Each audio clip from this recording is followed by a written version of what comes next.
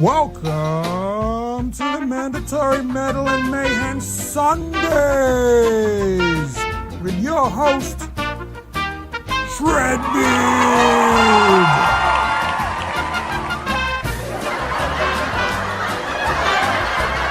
And from the backwoods of Tennessee, Alabama, or Arkansas, also starring your host, TOASTY.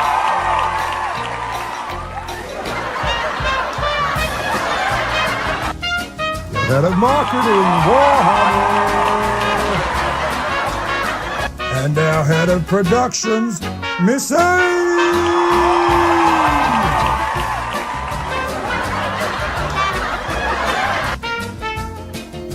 And our special guest, Marty Worm from Heavy Metallurgy.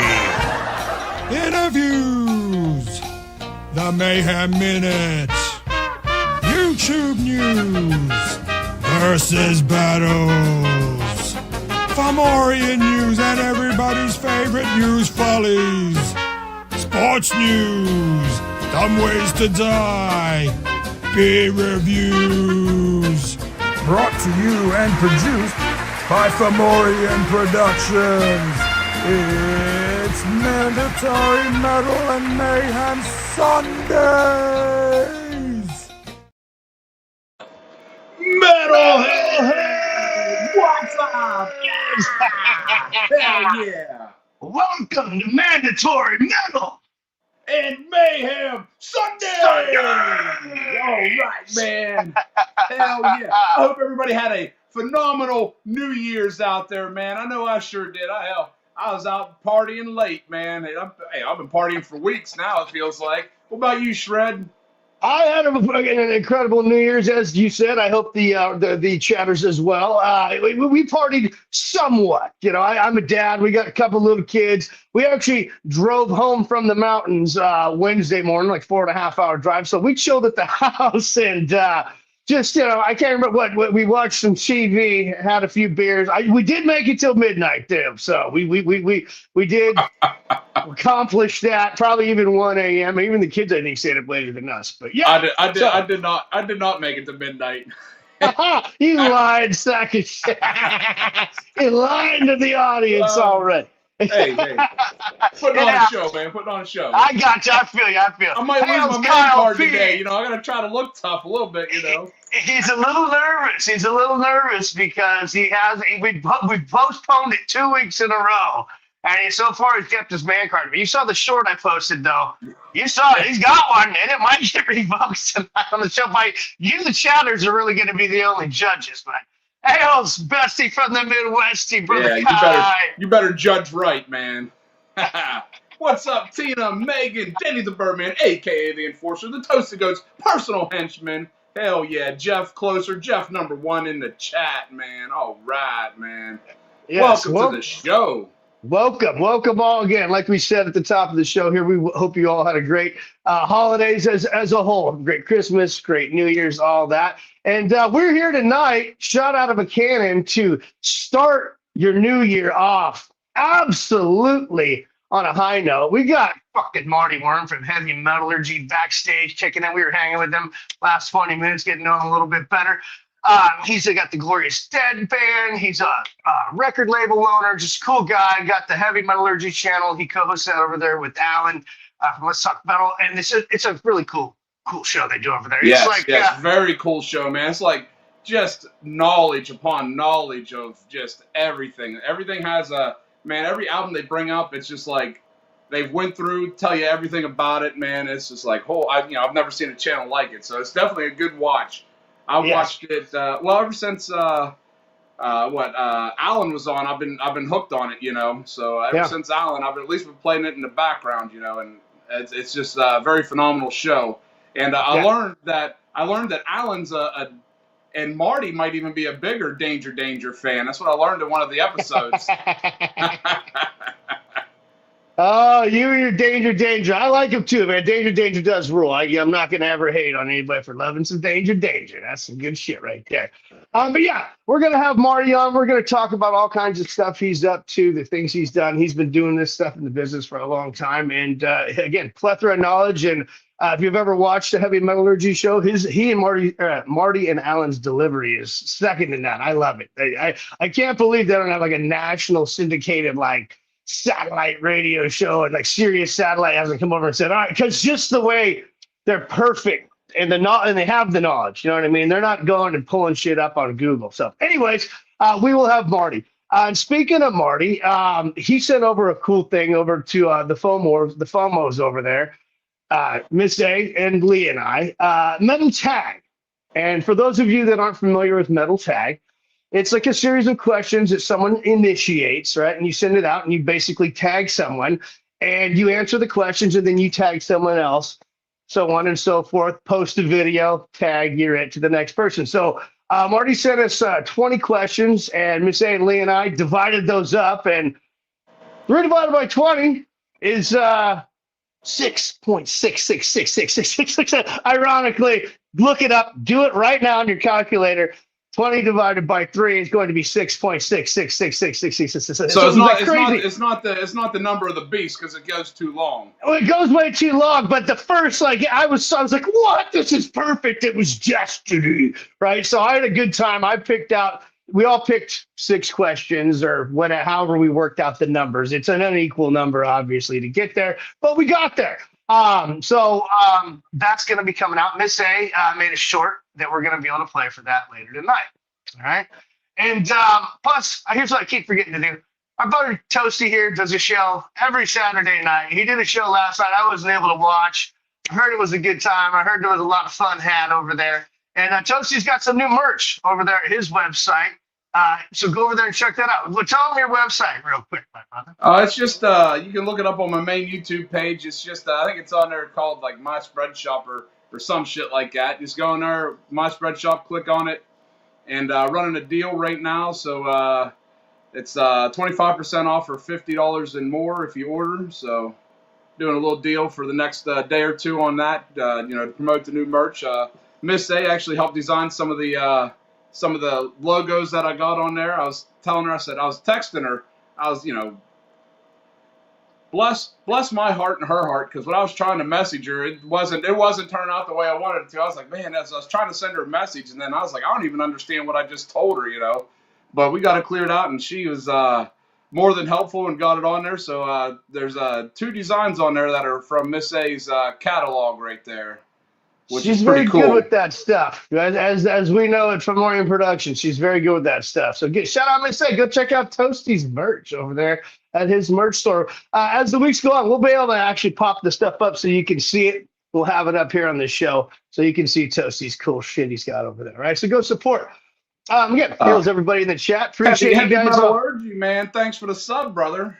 All right on. There you go. Right on. Yeah, Marty right there. Right. Okay, Toasty does a show every Saturday night. But I want to circle back to the Metal Tag real quick because we're going to play that video right now. So for those of you that don't know, you can get a little taste right here of this. Isn't we're not giving you the full 15 minutes of whatever we filmed, but you're going to get a little taste right here, Miss A. If you could play that video for us, that'd be awesome.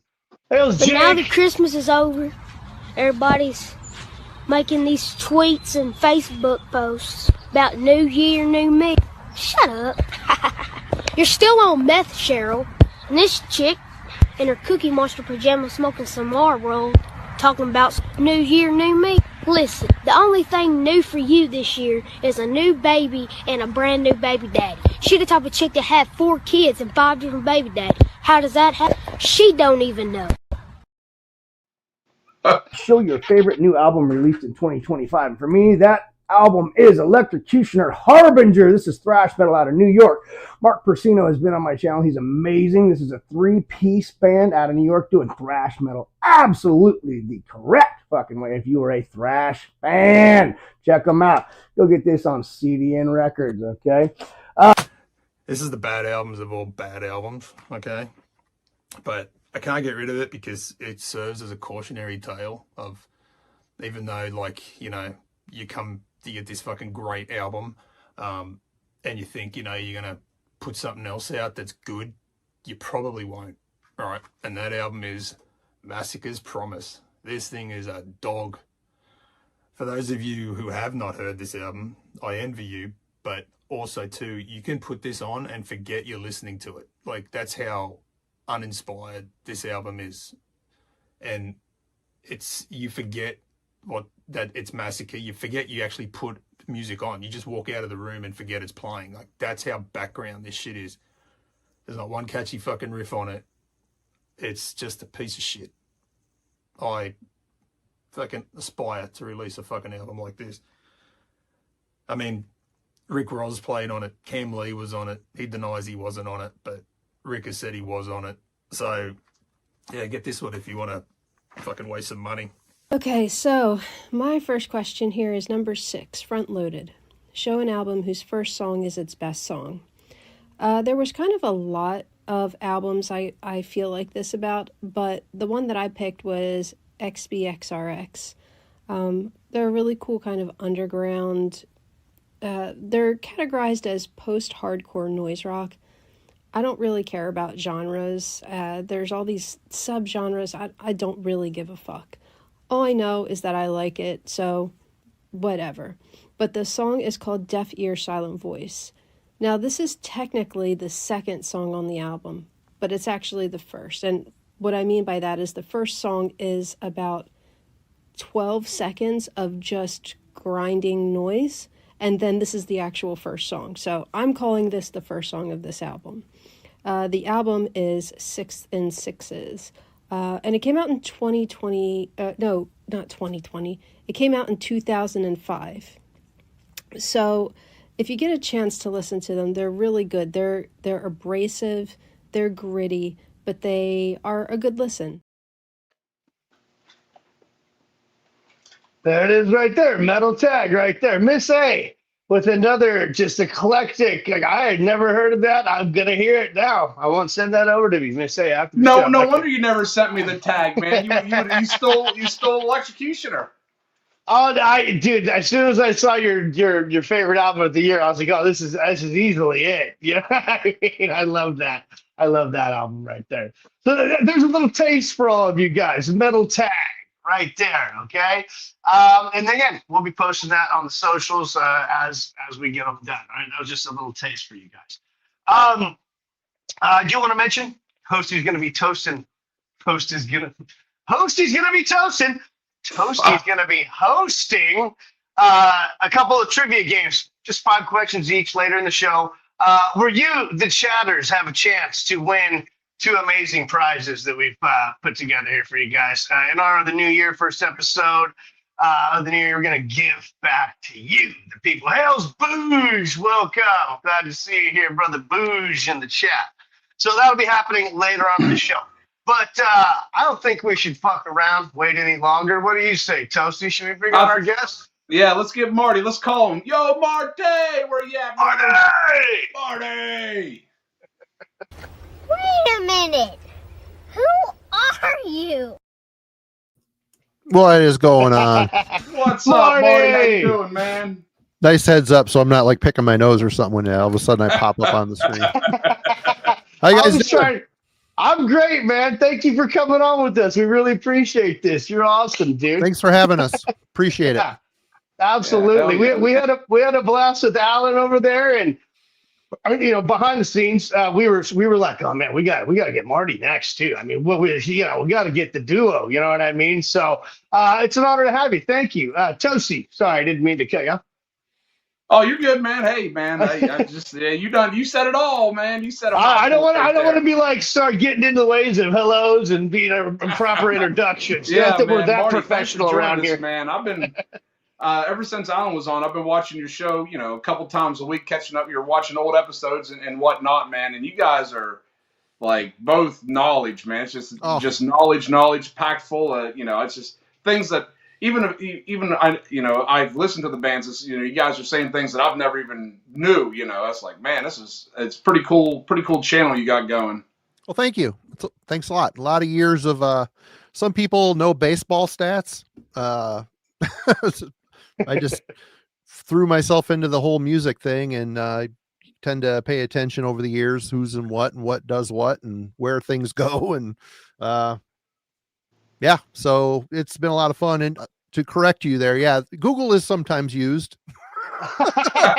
Well, maybe you get overcreditation there a little bit, but or overcredited. But I get it. You got to use it when you got a show as big as yours and you're doing stuff. It's a helpful tool. But I mean, there's no way anybody can know everything. And that, hey, Marty just you there. burst in my bubble. I thought you guys were just like on it all the Well, time. I got to have some sort of leverage to keep up with Alan. He doesn't need the Google machine as much as I do, but every once in a while I'm like, I better access the Oracle here and find out what's going on. What did I miss? Metal archives. Right, Metal archives.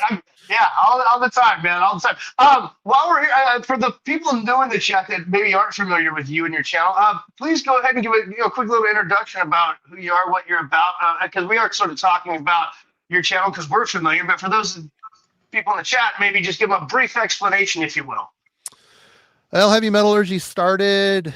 Well, I had my own channel just under my own name, just showing collection updates and ranting about stuff, or typical YouTube metal guy showing off his collection type channel. And then the pandemic happened, and we would spend hours and hours and hours on Friday nights just getting kind of sloshed and talking. We were locked down. There was nothing else we could do. And shortly thereafter, I did a stream on Alan's channel where we talked about U.S. power metal. And it went really well. We have great chemistry. We have known each other since the Metal Maniacs days. He used to be on the Metal Maniacs message board back in the day. So we remembered each other and bumped into each other once at a Milwaukee Metal Fest back in the day. And I said, you know what, why don't we try, there was such a good chemistry. Why don't we, try to do something on a weekly basis, do what we did over on your channel and just have weekly topics, bring in guests. And over the years, it has been him and I every Friday with, a multitude of guests, whether they're YouTube people or band people or label people or authors. It's a lot of YouTube dudes and ladies, of course, but and then Wednesday night it branched off into like the Wednesday night album club, where we pick an album every week and talk about it, me and a crew of guys. And we started doing reviews over the past couple of years, which are a slow burn, but yeah, we're trying to make it like a video magazine type of thing. Interviews are probably the next precipice that we're going to cross, but I don't know if people really pay much attention to band interviews. I don't know, that they're really cool to do, but it just seems like people like to hang more than they want to hear about some band. I don't know. It's weird. Figure it out. You and I were DMing each other back and forth yesterday afternoon about, hey, sure, just YouTube experience even, and you're right. It is sort of like, we're not trying to capture an audience, but we're also not here to bore you. So right. I think you're completely correct in saying that people they want to hang. They just kind of want to hang out. Hell's crazy white boy. Speaking of hanging, that guy hangs out all over the place out there. Crazy. DW. But yeah, it is. We've even talked about that. Even in my descriptions, I call it. For those of you that bothered to read it, I appreciate it. I do include in there. I say interview, but I call it a hang at the same time in a couple of different, because it's like, we're all, but we don't know each other at all, but it's like we know metal, we know this, so we already have common ground, you know what I mean? Sure. And that goes a long way. Yeah. I mean? But and people I think want to get if they're going to spend a couple hours watching a show, they kind of want to feel like they get to know a person, which, I mean, if you run into me on the street, I'm the same way as I am online. Yeah. It's exactly the same. There's no show worm. You know, it's just the way it is. And you know, I want Heavy Metallurgy to kind of model the days of the Metal Maniacs crew we had, where it was, you know, a lot of back behind the scenes talking about music. And that's why we try to bring a bunch of people from other channels or other talents in. So it isn't just me and Alan always doing reviews. There's other people there too, sharing their talents. It's a good way to cross promote each other's channels and, you know, show a bit of a community behind the scenes, in which, you know, the YouTube channel thing is kind of an individual thing. You know, a lot of guys just talking into the void, showing their collections, which is cool. Don't get me wrong, but you know, we're trying to show a bit of a community behind it too. So that was the whole intent behind it. Huge following. I mean, a huge following. You know, I'm not trying to. I'll brag we have for a you. killer following too. We have an awesome community of people. It's amazing.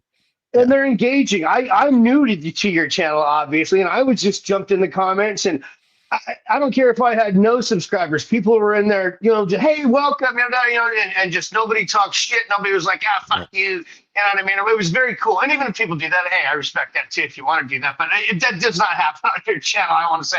That type of stuff gets clicks, man. That's why exactly. You know, you get some channels that blow up because they take a negative track, which, you know what?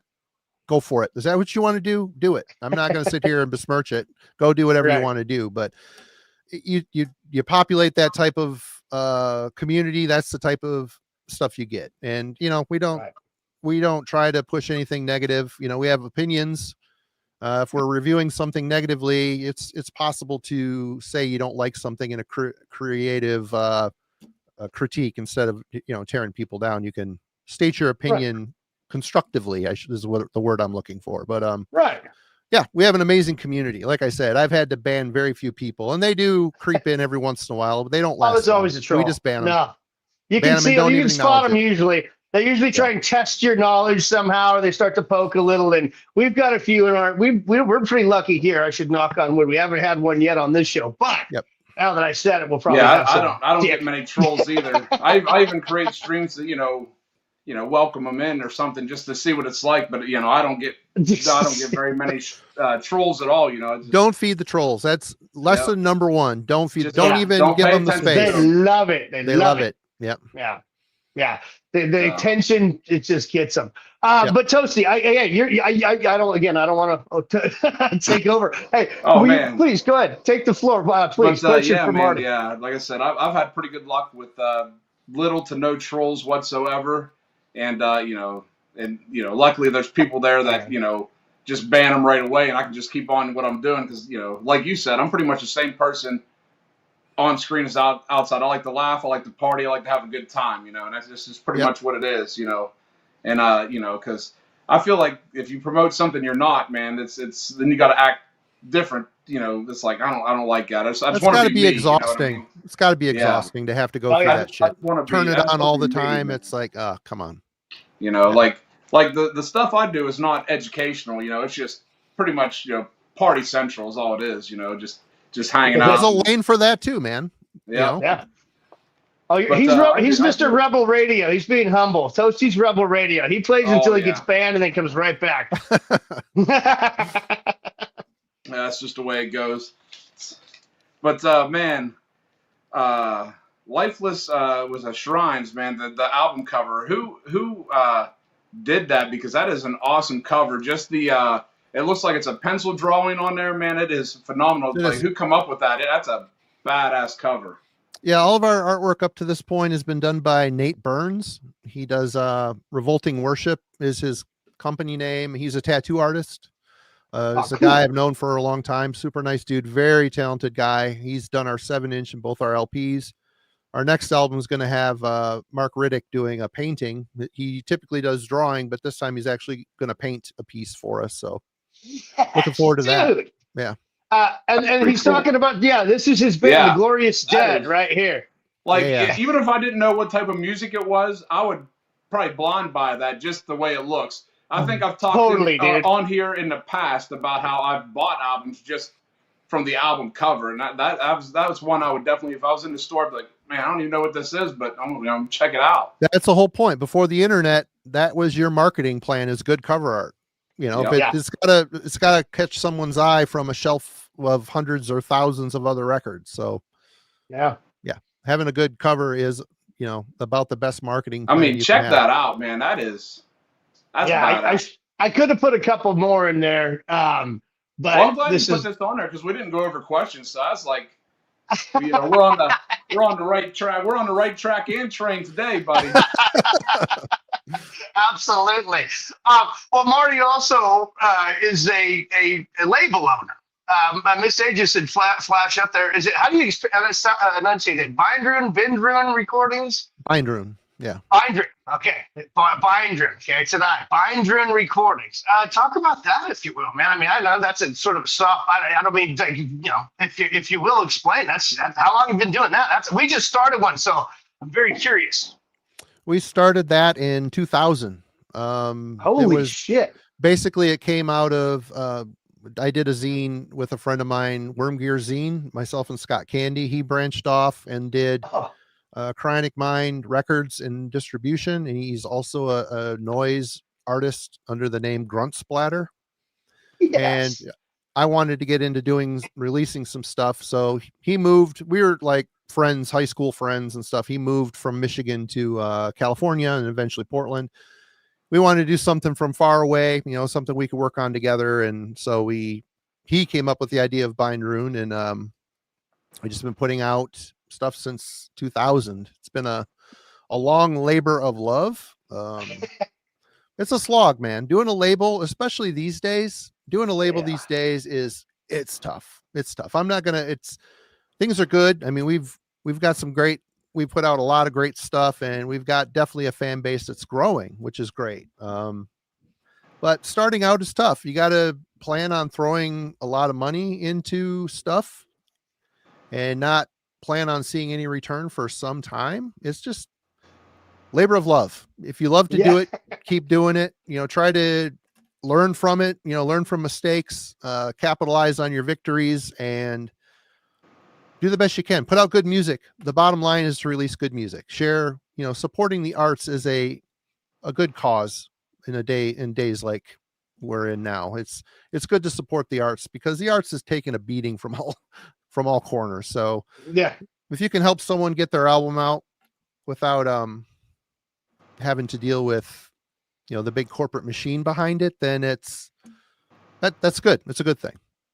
Yeah. Yeah, I agree. That's why we're doing it. We don't pay ourselves. It does fund itself, you know, and we're putting out stuff over at Fomorn that we want.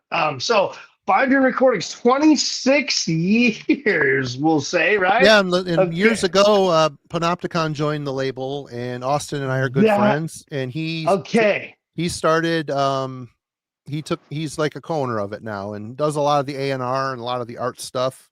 No shit. Yeah. Oh, okay. That's a question I didn't write down. I didn't know that was a deeper connection other than this band being on the label. If you guys want to listen to some awesome, this sort of has like I don't know how to explain it, Alan. In my words, it'd be like heavy bluegrass intro. It's into just some sick metal. Like, woo! It's a little, well, I'll let you explain it. It's on your label. I don't want to say something stupid, but Panopticon's breakthrough record is Kentucky, and it's because Austin integrated bluegrass and protest songs in with an American black metal aesthetic.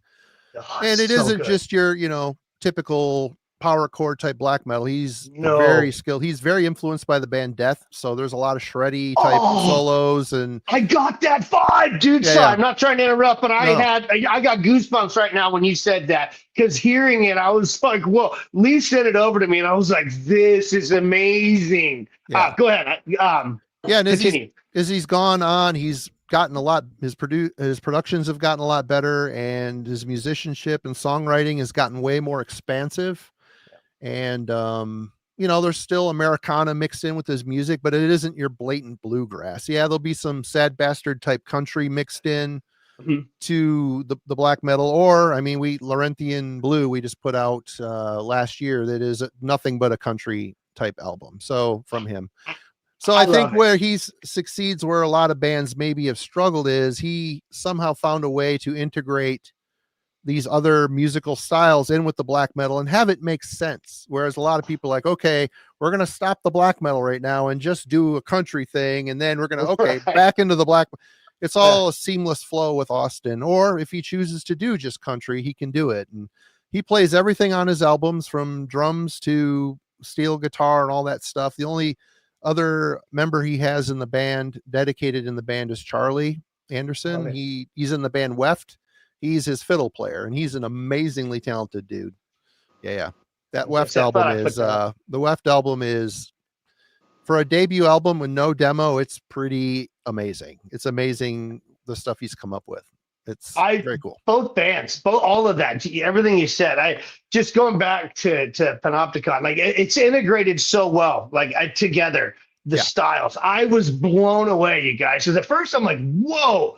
I was like, I didn't know what to expect. You know what I mean? Yeah. And the intro, I'm like, okay, is this going to be like country or like? I mean, I got the heavy bluegrass, but like intimidating bluegrass, but played so it's played well. He's a very good player. He's a very talented musician. It's crazy. Everything he touches, he's good at it. It's awesome and annoying. I saw one thing. Yeah, that sounds like something I'd be interested in checking out, because I do like bluegrass music. So done. I don't think I've ever heard it done in that style. So I'd be very interested in. Check out the album Kentucky. That would be a good entry point, I think, for you. Yeah. I'll send you a link, Toasty. I got it already loaded up. Yeah, sweet. Yeah. I should have. I don't have one to play right now. I'm not sure what we even picked for tonight. I think we actually we picked a Glorious Dead because we were going to actually do a Panopticon or a West song, but they're long songs, right? They're pretty long songs. You know, we didn't want to get you guys like a tenor, just like but just like a lot of channels. We, you know, we're here to entertain, and as much as we love the jams, 12 minutes tends to wear on some people. But if you can sit down and listen to it, I couldn't stop listening. And then I went, and I'm not kissing ass, but I went and bought some Glorious Dead myself off your Bandcamp, and I was melting on that. I mean, your intros and stuff are just as intricate, and your guitar playing. And I have questions about that. But Toasty, I want to give the floor to you, my friend. Speaking of your band, man, how did did you guys meet? Did you grow up together, or how did you guys start playing and form the band? Because I've this pretty much the last 4 days, the first time I've heard of it, and I've jammed out a couple tracks, and I kind of dig it. It's like, how did you guys kind of form and meet, or anything like that? Well, TJ and I have known each other for a long time. TJ's a singer, lead guitar player. He was in a Christian death metal band called Feast Eternal back in the day. And okay, I saw that link in the heavy metal art in the archive. Sorry. Yep.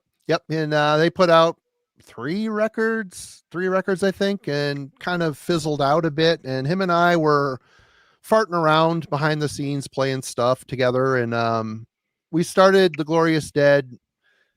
Oh man, I couldn't tell you. It was a long time. It was the middle 2000s, I would guess. And we kind of got things going up here in Traverse City, Michigan. It's hard to find a drummer.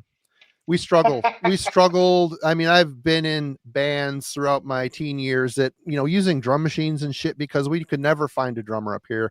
It's a smaller community and not a huge metal community. That is kind of changing, which is nice. But cool. Yeah, we just kind of fizzled out. We had a drummer. He moved away. It's just as things were. So we did a 3-song demo with him, and then after that he moved away, and things just kind of petered out. But then Anthrax actually came and played here in town, which was like a mile from my house. And incredibly, teenage me was watching Anthrax in my town, teenage brain was thinking, what is happening right now? But this guy came up. I used to be in a punk band called Slaunchwise back in the day, and we opened for his band Reasonable Deception, which was kind of a thrashy death metal band. He moved away. Well, he moved back. We reconnected at the Anthrax show, and we asked him to try out for the Glorious Dead. It was perfect. We wrote a song in a day type of thing. And we've been at it for almost 9 years now. We have the foundation recorded for our third album, which is going to be called Maggot Age. And vocals yet to do, solos, harmonies, stuff like that. But the main foundation, the drums, the main rhythm guitars, and the bass are all done. So it's been a very productive 8 or 9 years. This is our 9th year, I guess.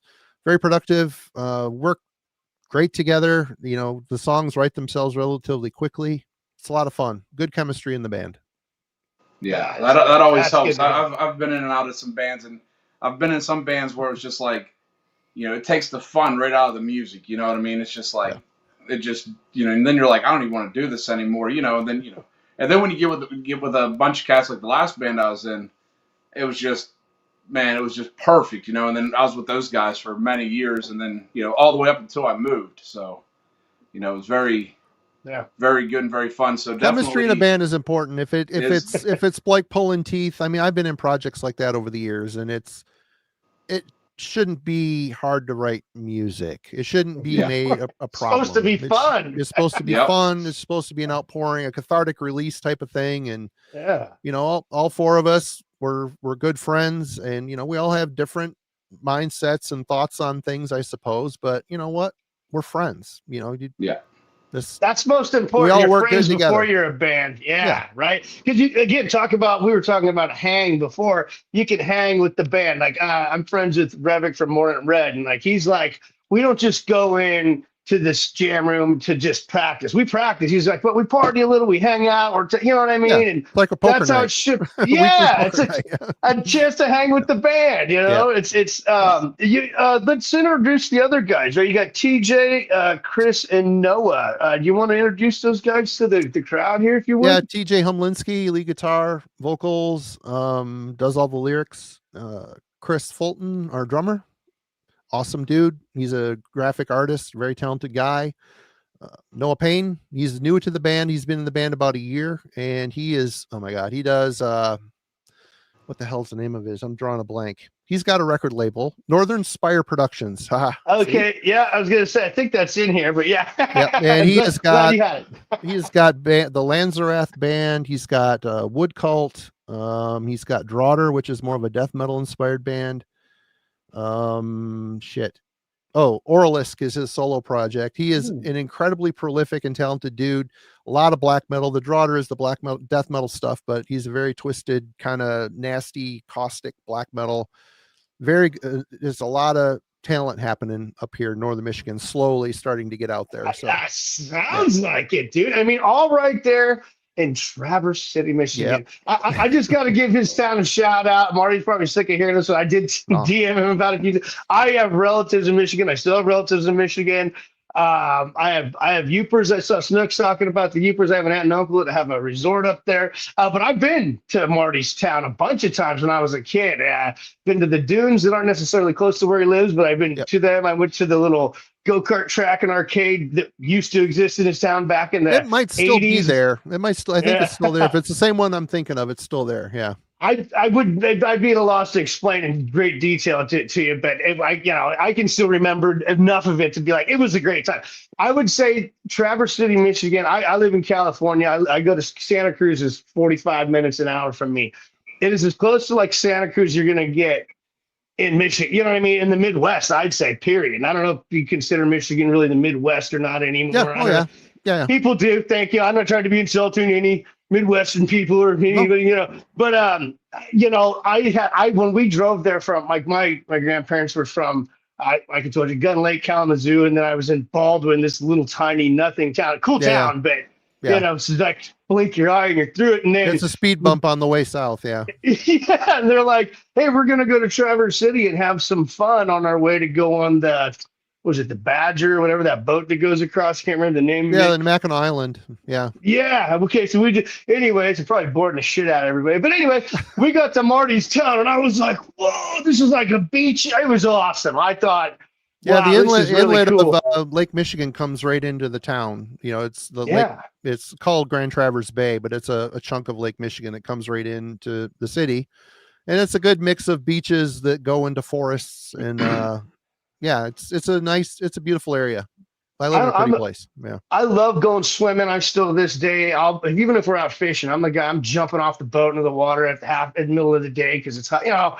And that was like I'm not comparing to Lake Tahoe, but like it's like the water had that Emerald Bay type color. Oh, it's blue. You can see into the water. It's not a brown puddle where a bunch of boats parked on it. It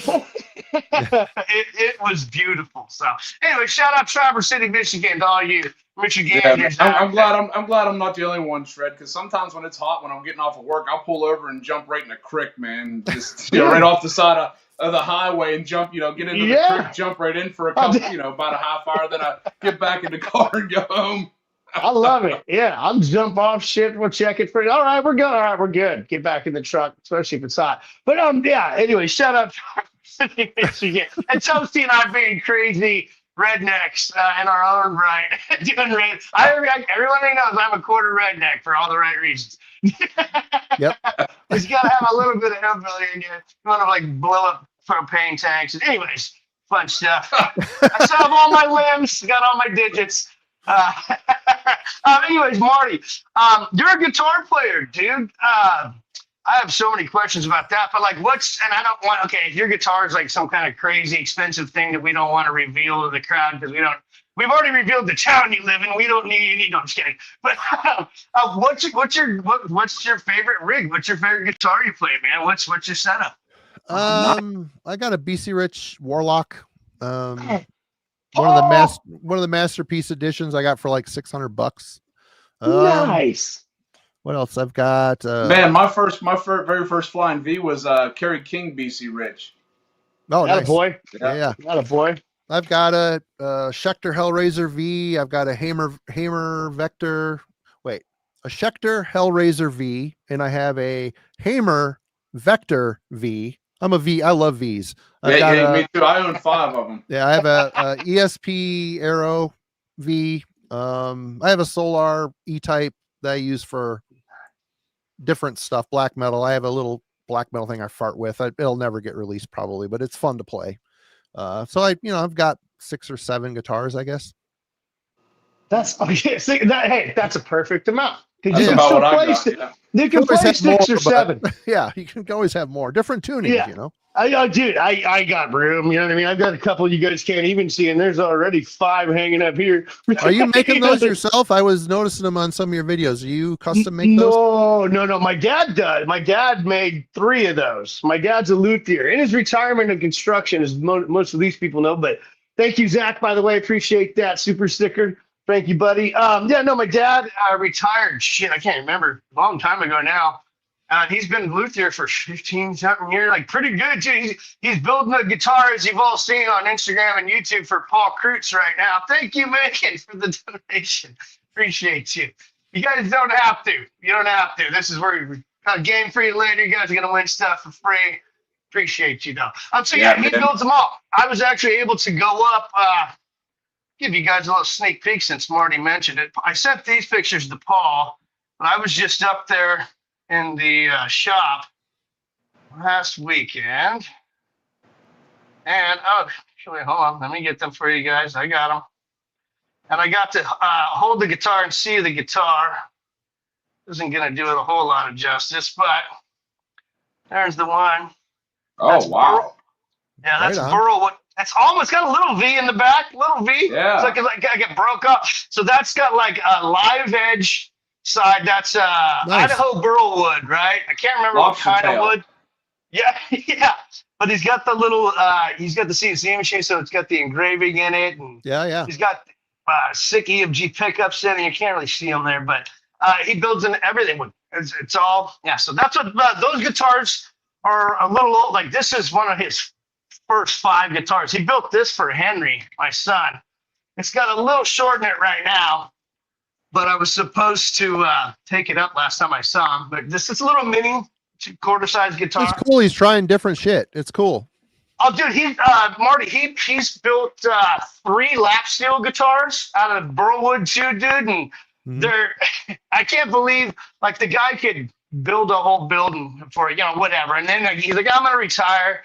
You're like, all right, how long now? Like a year and a half. And he's like, I'm going to build a cigar box guitar for those of you who aren't familiar. It's like, okay. Oh, nice. So he built one, but it was like no intonation. It was all like one string played. He wouldn't fault me for saying. He was like, fuck, it's cool looking, but Now I want to build one that works. And then he built one that worked. And then it just took off from there. He's got a fucking full on, he used to be able to park a truck and his Harley in the garage. Now he sold the truck, built a little Harley house. Now the whole rest of the garage is a shop for building guitars. That's awesome. No, it's a science. Once you get it dialed in, that's great. It looks like he's having fun with it. Thank you for asking. Yeah, I'll send you some links after the show or tomorrow or whatever. Right on. To his Instagram and stuff. He'd love to hear from a guy like you that's into. He's worked on everything. He's worked on like a 5-neck guitar, dude, to like these crazy, weird, foreign, not like a mandolin, but just these weird shapes, and he's fixed them. Just fixed. I'll brag on him real quick. I was up there. He's like, they were going to throw this away. Brand new Washburn acoustic, like Dreadnought style body, right? Electric acoustic. Mm-hmm. The top of the headstock had just broken off, or just after the bridge, the upper bridge. He fixed it. You could barely feel it. I was up there playing it this weekend, and I'm like, dude, this is like a fucking $800 guitar that they were just gonna case, I mean, he knows the guy that owns the place. They weren't gonna just throw it out, guys. But you know what I mean? It was like, how are you gonna fix it? So he's that good. Shout out, Dad. So thank you, awesome. Marty. I got to brag on my dad a little bit. He'll love that. Thank you, Marty, for asking. It's always nice to have someone in the family that can fix your shit when it breaks, because having to take it to a guy, it sucks. Yeah. Dude, well, and he's even a guy, like he's got a guy, this guy Bruce, shout out Bruce in Grass Valley. If for anything he can't do electronically, because he's even got all that pretty much down, but if it's even beyond him, if it's just bird's nest and like, he's like, there you go. He'll take it to Bruce, and Bruce for whatever fee Bruce decides that week, whatever mood he's in, you're going to get. But that's what happens when you're the guy who knows everything. You know what I mean? But anyway, Bruce rules. Awesome. I'm glad I like where that led. Toasty, or you have any other questions? Man. Yeah, I don't have anybody that builds anything like that, but I just remember the drummer.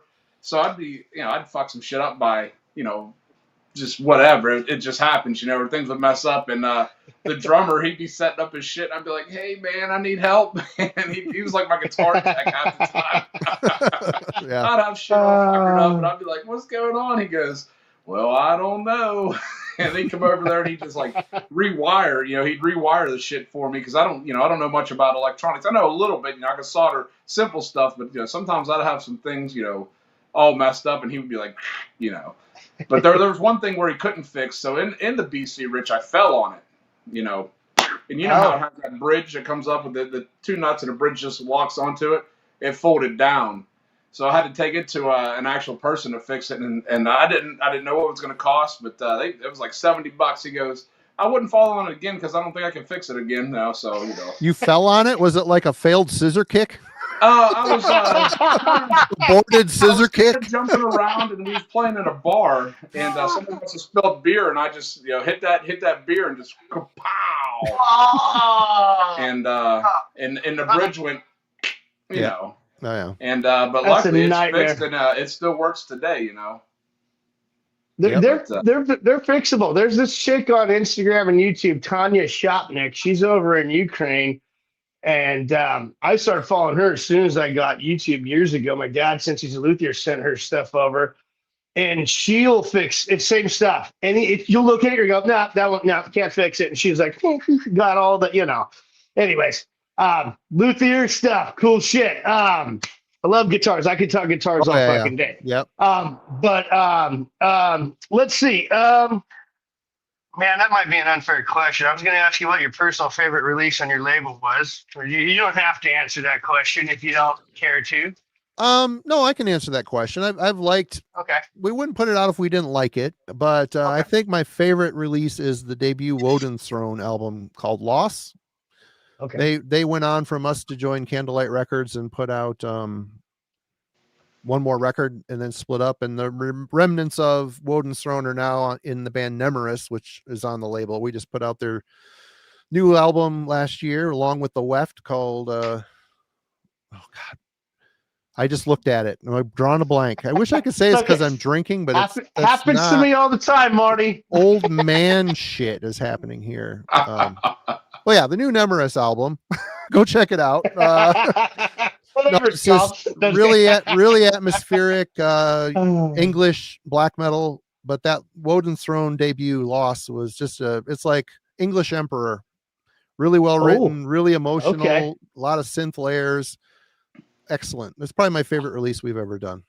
I'll go back and check that out. Again, I'm new to a lot of, I've got a lot of West Coast influence in my neck of the woods and music. Yeah. And small town. So again, meeting all you people, even meeting Toasty, I've got new bands, and you know what I mean? It's just like, so like, again, now I'm listening to the Glorious Dead, and I can go back to that because you've been in several bands yourself. You sort of touched on that before, but I mean, you're, well, shit. I think I printed the wrong page on the Metal Archives there, so I didn't have the thing ready I wanted to ask. No, I was in a two-man death metal band called Prosthesis. Since we didn't have a drummer, we leaned into the industrial thing. So it's like a drum machine, old school death metal / grindcore with a drum machine. Then from there, we got a few members, found a drummer, started a punk band called Slaunchwise.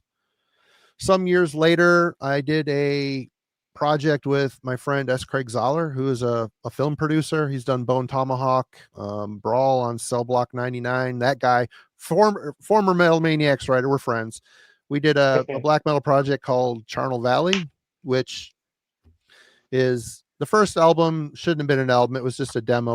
I would write some stuff. He would write some stuff. We'd get together in a week and record, right, with gear I didn't understand and doing shit that it sounded like ass. But the next album, The Igneous Race, turned out a lot better. Okay. And and then Glorious Dead happened. So that's about the extent of my music career. Oh, I'm also supposedly going to be playing bass on a future Kolga album. So that's with Austin. Kolga. Okay, I did see on there. Yeah, Kolga. my buddy Jack on vocals. So we just put out their demo essentially this year. All right, yeah, so you're slapping the bass too. There's too many bands. Yeah, I got a question here. I don't know. This might be a hard question. I know it would be a hard question if somebody asked me on the spot. And you talk about albums all the time, and so what would your top 5 albums be? Not it don't have to be metal, it don't have to be anything. What would your top 5 be? Like something that anybody in the chat, you're like, man, hey, I got to go out and listen to this. He just did a top 25 show for like 4 hours last week. I mean, of all time, let's Don't Break the Oath, Merciful Fate, Kiss, Dress to Kill. There you go. See, yeah, you got a buddy. That's what I'm talking about. Skinny Puppy, Cleanse, Fold, Manipulate, Fields of the Nephilim, death metal. Let's think of death metal. Dismember Like an Ever-Flowing Stream. Hey, punk. Midnight Madness and Beyond, GBH. Ooh, that's good. The Minor Threat catalog. I mean, I like all kinds of music, all extreme type stuff, but yeah, there's a taste, I guess. Yeah, that's a very good answer. That's 100% in my book. I'm not going to argue. I have nothing to argue there. That's a great list. Not that I would argue it, but you know what I'm saying.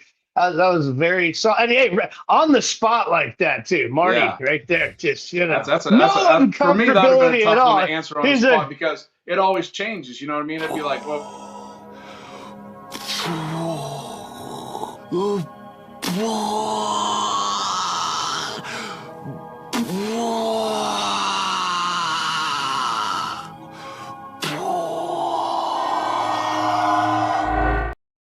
perfect.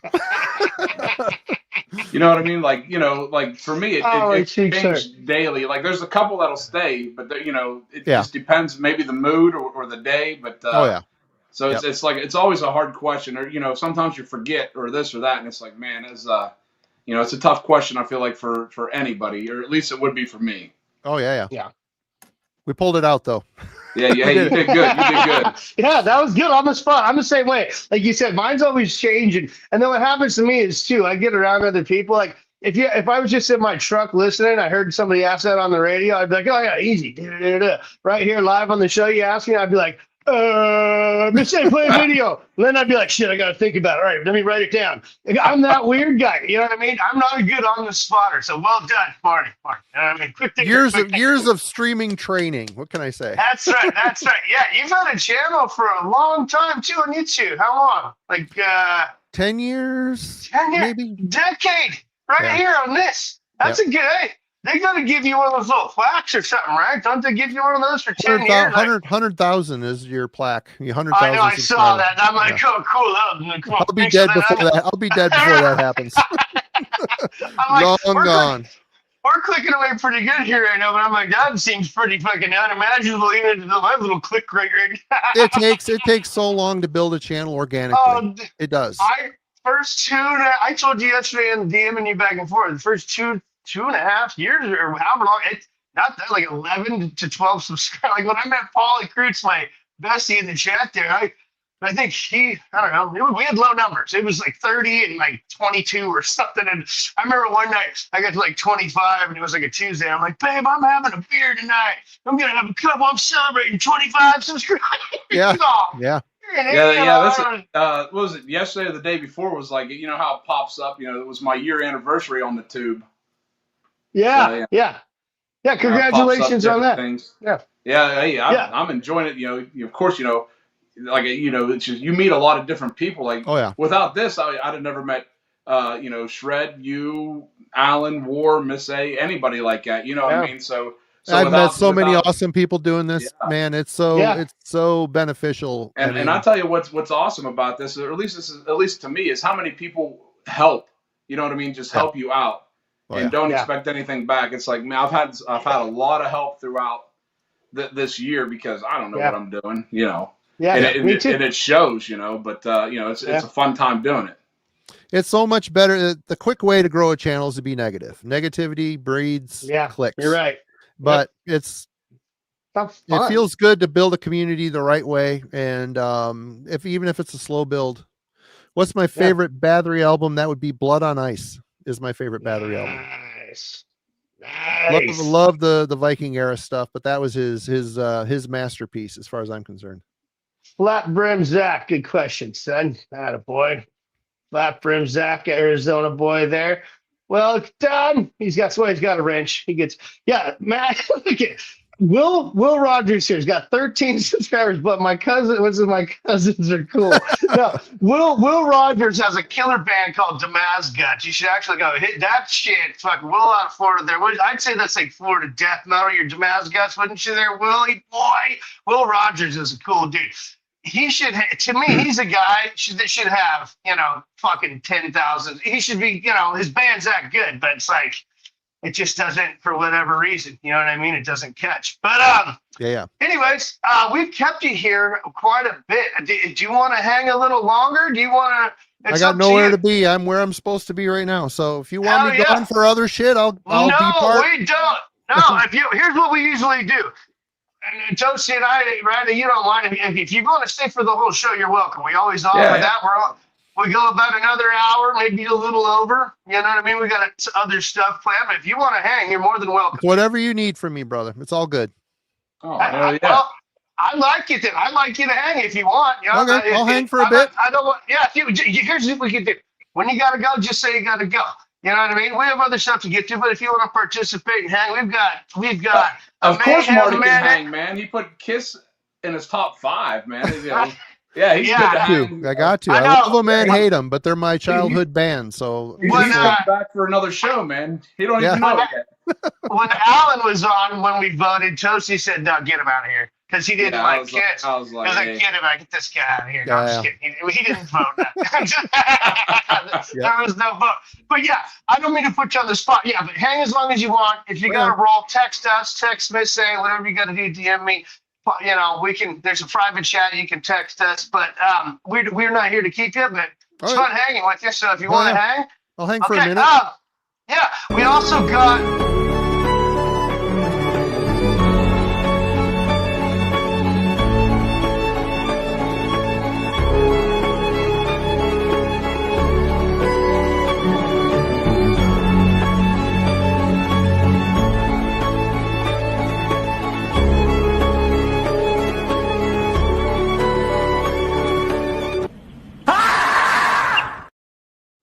Perfect. I was waiting for the Seinfeld. It's the Summer of George to pop up. Where he's just like, This saying the best producer in all the YouTubes. That was awesome. That cat had enough, man. He grabbed that smoke right out of there. Cat said, That cat, those kids. Oh, I got kids. It can get rough. It can get rough. All right, Miss A, why don't we play that Glorious Dead vid right here at the top of the hour, or that song or whatever we were gonna play. Shit's about to get sexy in here. It's about to get so sexy. Yeah. They don't call him Marty Worm for no reason. You know what I'm saying? He's slanging out. They call him Traverse City Worm over there. I don't know, Marty. I'm just fucking with you, dude. Yeah.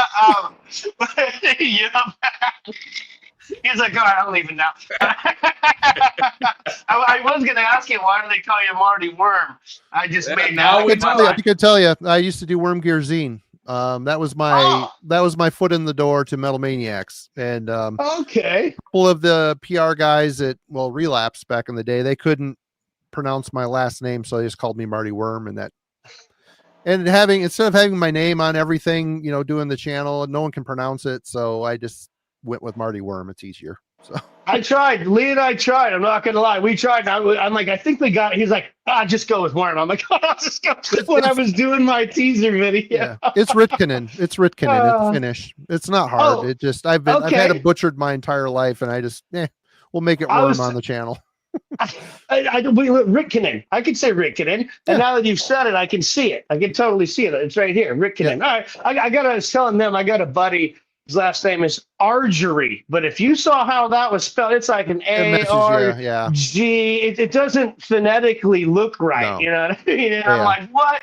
So again, cool. Hey, your last name's pretty cool too, I gotta say. Anyways, Worm's cool though. Worm's way cooler. Marty Worm with us. Hey, you got a little background. For those of you who don't know, now you know. Hails the silent producer, Rich Delgado, in the chat. Welcome, my brother.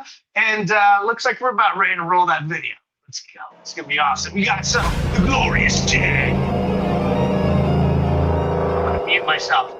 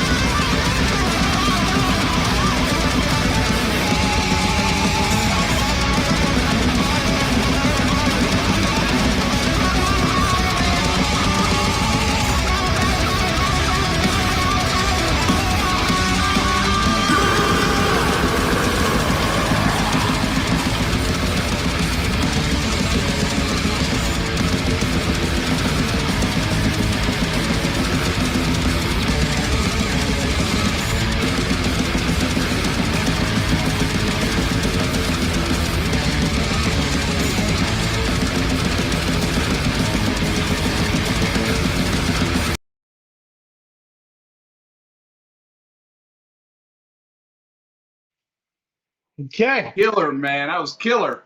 That was awesome. That was thanks. amazing. Marty, I think I don't know what happened there. We lost at the end. I know sometimes we have a East Sorry. Coast and West Coast computer thing. That's an amazing chat. The crowd, you can see the chat, right? Marty? They were loving it. Yeah, cool. Even that old salty bastard Frazier was giving it props. You know who Frazier is. You know who Frazier is, Marty? Oh yeah. Duala. Yeah. Okay. Yep. Okay, thank you. I mean, he's fucking that guy. You know, sometimes we got to give him a little time out every now and again around here. You never know. Love you, Frazier. But yeah, I was like, that was amazing. Killer fucking jam. I'm just getting into your band, dude. It's like when I first heard it, I was like, oh, okay, I'm buying this whole album on fucking Bandcamp. And then I just sat there front to back. I bought not the album. What's the one with the purple? I just got it yesterday, so I don't remember that. Cemetery Paths. Cemetery Paths. Yes. Yeah. Oh, dude. Intro through. It takes you on a journey, man. Cool. I enjoyed it again, and I'm one of those people. I'll go back and listen to stuff a lot, but my brain's always wanting to hear new shit, and yours it's feeding that need right now, and I'm gonna be doing that and going through all that stuff. So go check them out. The Glorious Dead. They've got a Bandcamp. I didn't put that up on here, but it's easy to just look them up. Glorious Dead on Bandcamp. It will pop up. Yeah, it'd pop up right there, and you can get it. I think I got the whole album digital like $7. You know, I threw $3 in on the extra. Come on, throw the guy $10 or $15. It's worth it for the fucking album. I could have done more, but you know, and make sure you upload your Bandcamp onto the device you really like, by the way. So I upload my Bandcamp stuff all onto my iPad, just to be clear about that, everybody. That way I can use it on here. Not on the show, but anyways. Thank you, Miss A. But yes, let's mention our brother Tommy Alios over there at Deadly Grounds Coffee. Huh, Toasty? That's right, yeah. Deadly Grounds Coffee, man. Hey, get you a cup. Hey, if you want to be amped up as Shred is without coffee, you're going to get yourself a cup of Deadly Grounds, man. You're going to get fucking amped, man. Put the code in when you go. You get a little discount. You know what I'm saying? Get the discount. Get coffee. That's right. Tommy Alios over there, Deadly Grounds Coffee. I just wore my Deadly Grounds shirt yesterday, man. Yeah, it's nice. It's a nice shirt. That's a nice. And hey, I got a Deadly Grounds tumbler. It was phenomenal, man. And signed stuff from them and door tags and when things are going on in the back room, I got a do not disturb tag. You and Marty finished the show. You and Marty. No. Nobody knows. Yeah. Toasty's busted me right in my balls right now because Brother Lee Warhammer there sent us both these awesome Deadly Grounds Coffee hoodies. Did he really send it to you at least, or is this just a guess? He sent it on the front porch for an amount of time. He sent it to me. I just Warhammer likes me a little better, I guess. I have a picture of it in front of my front door. However, I happened to be gone when it was delivered, and then by the time when it was delivered and when my wife left to go to her eye doctor appointment, it was not there anymore. So, yeah, we had a little porch pirate New Year's situation, because he sends me the photo, and I'm like, it must be out there. And then I look at the date, and I'm like, no. So anyways, yeah, Toasty's kicking me in the nuts, and Lee and I, Lee's out some cash, so yay, New Year. Someone stole my fucking Christmas gift from Warhammer and Miss A. Thanks. Yeah, that's fucked up, though. But, hey, that gets him a little extra promotion, I guess. I mean, look positive out of any situation. Right. Somebody that might not have heard of Deadly Grounds has a T-shirt and a coffee mug now, we've already, and Melanie, shout out Melanie, who loves death metal, by the way. She was in on this combo when it happened. And so we were like, they just started saying, well, what are you going to do when you see the homeless guy wearing it? And I'm like, oh, man, I'm taking it back. I have to wash it 100 times, but I'm getting it back. All right, at least maybe I don't want it back at that point. It might not be worth it. It depends on the situation. However, I will call them out. Maybe they didn't even steal it. You know what I mean? It's hard to blame the guy who's just wearing it. You never know. Someone could open it, just throwing it on the street. You know what I mean? They picked it up. So I can't even be that big of a dick now that I'm using my brain. Yeah. That's bullshit, though, man. I don't see how people can steal from other people, man. I was so mad, dude. I was like, I have a picture of it there. And then I was like, wait, I had just taken my kids ice skating like 10 minutes before it was dropped off. 20, 30 minutes later is when my wife left, and then you could see it was there and then it wasn't. And Yeah. we've got a camera, but fuck if that does you any good. Anyways, thanks, Chelsea, for reminding me that I didn't get my Dudley Grounds coffee fucking tumbler or my hoodie that Lee's hard-earned money over there as a professional iron worker, working on those I-beams, highly skilled welder. Love you, Lee. Unacceptable! Unacceptable! Unacceptable!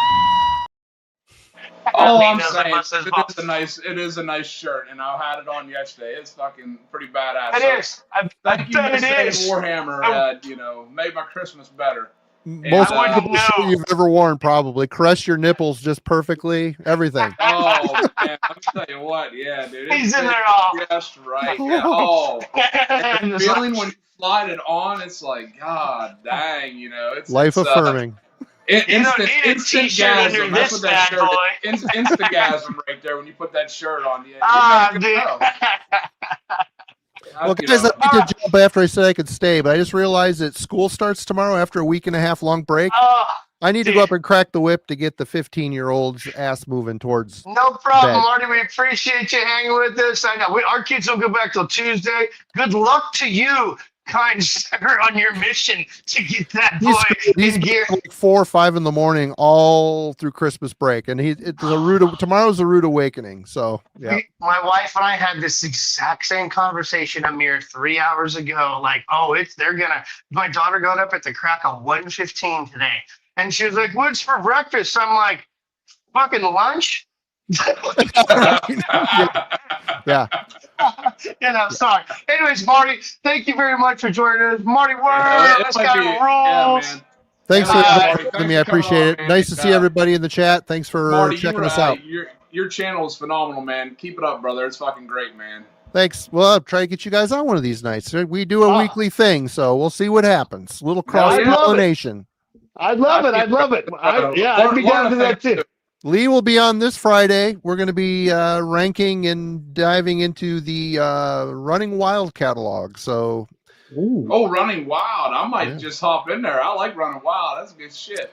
hell yeah. Go be there. Be there. That's Friday. This guy does a killer show every Friday night. Heavy Metallurgy. He and Alan host an amazing show Wednesdays and Fridays. Go check out The Glorious Dead. Go check out Bind Rune Recordings. Okay, check him out. His whole catalog's on there, I imagine. And yeah, go give this guy. I want to see a jump in this guy's numbers. Not that we're getting thousands, but hey, if you give this guy some subs and give him some Instagram loves, maybe the full mows and the Mandatory Metal Mayhem show sends you something nice. If we could see a little bump, Marty will tell us if he saw a change or not. I'll let you know if there's a bump. There you go. Thank you, Marty. You rule. Go wrangle that kid of yours. Appreciate it, man. Appreciate you, dude. Yeah. Take care. Have a good show. Yeah, thank you. Thank you, Later, man. Yeah. Hey, greatly appreciate it, man. Cheers. Later.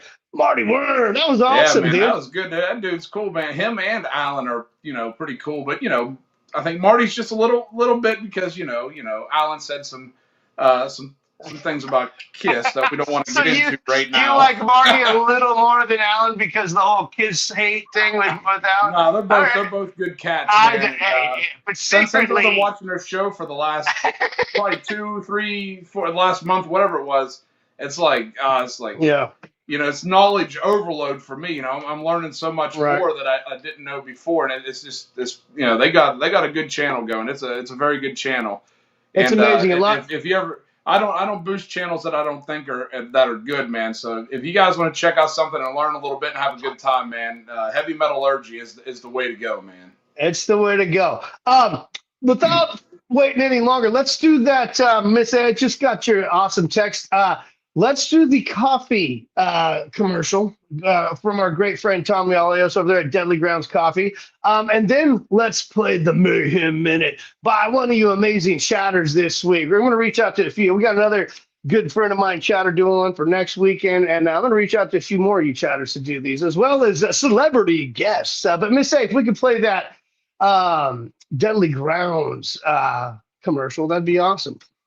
People sneeze different in other countries. Like French people might go, achoo. Dude, they do. Yeah, like German people say just like achoo, wait. Achtung!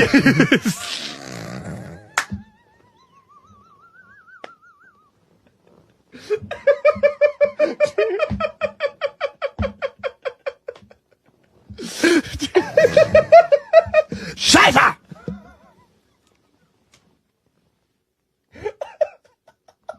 Oh, mein Haver sneezen.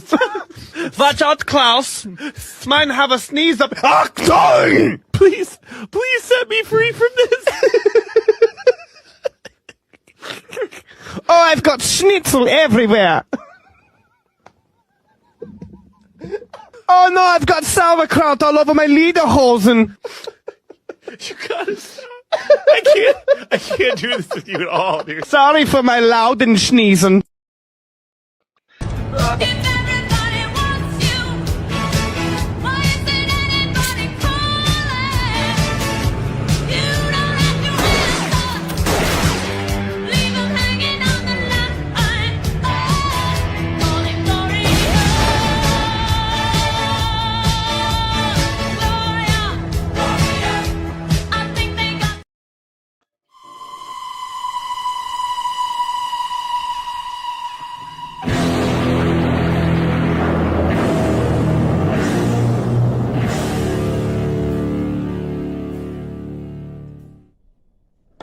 Metalheads, Jason coming at you with a Metal Mayhem Minute.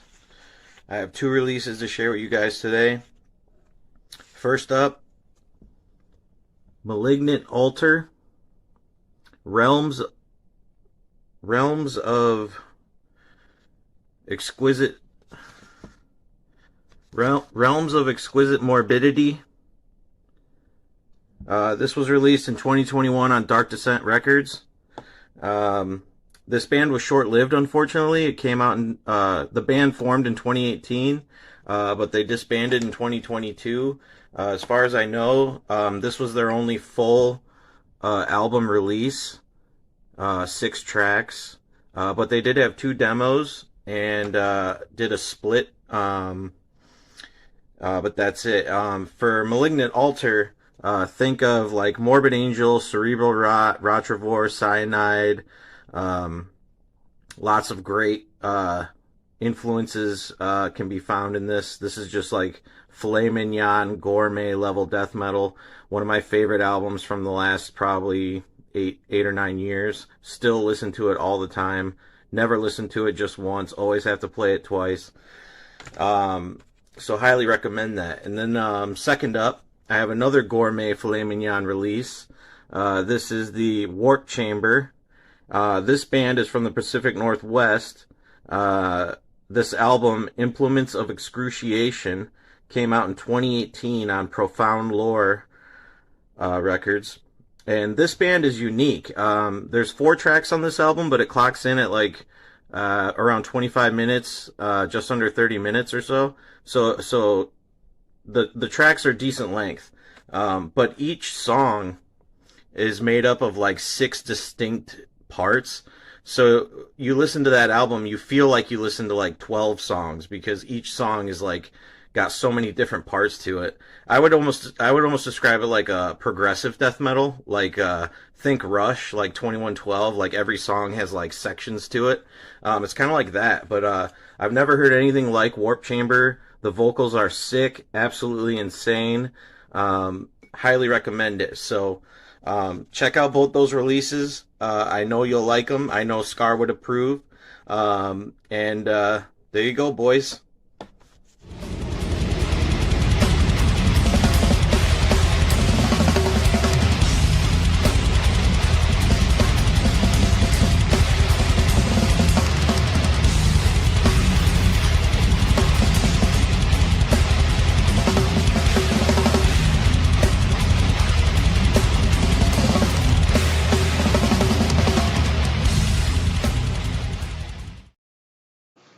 Hell I'm yeah, at the age man. now where I don't wish a motherfucker would. You know what I mean? That don't even sound fun anymore. I wish a motherfucker would leave me alone. Talking about fuck around and find out. Find out what? I don't want to find out. That can remain a mystery forever. Leave me the fuck alone. Yeah, man. That was a good Mayhem minute right there. I like that.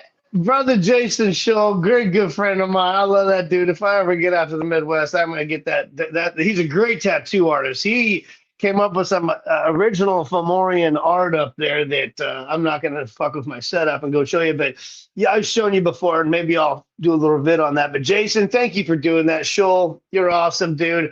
Go check out his Instagram. He's got a lot of cool shit going on over there, and we appreciate you doing that Mayhem minute for us this week, dude. Mr. Show. That was good. Yeah, I wrote those bands down. But I like these Mayhem minutes, man. It's just something else you learn new, you know. Then it's like I gotta go check these bands out, you know. Exactly. It gives you something to go search out if you haven't heard of it before. I know Evan Williams, he heard of it, but like not everybody. I hadn't, so you know I'm gonna go check it out too. Again, just like The Glorious Dead. It's like, fuck yeah, dude, I'm going to go into that and do that for however, you know what I mean? Yep. Buy it, have it, and then, okay, then I'll go back, you know, just do things in fun new shit's always something that I love searching out. Yes, definitely. I like learning about good new music. That's why I started, a secret project last night that only a few people know about. Uh-oh. I think Warhammer and Miss A know about it and a couple other. But okay. But you got a secret project. There's a chance to win something at the end of the year, you know. Oh, I like a secret project. Look at those two over there. Warhammer called me a nerd because I have notebooks upon notebooks and I write everything down in when I'm doing a live stream. Oh, that's okay, dude. I keep notes. I got an itinerary. It's just being professional, man. You know, come on, Warhammer. I know, and he just fakes it all the time. No, just kidding. Warhammer's a good guy. I love that man, and I love Miss A. Their family.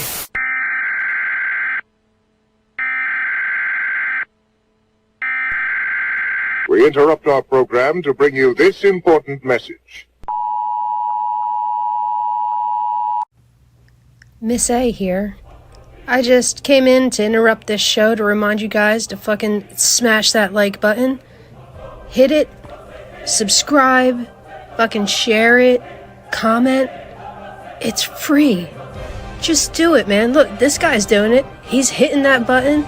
He's hitting the subscribe. It's free, you cheap fucks. No! What are you waiting for? Do it! Just do it! Yes, you can!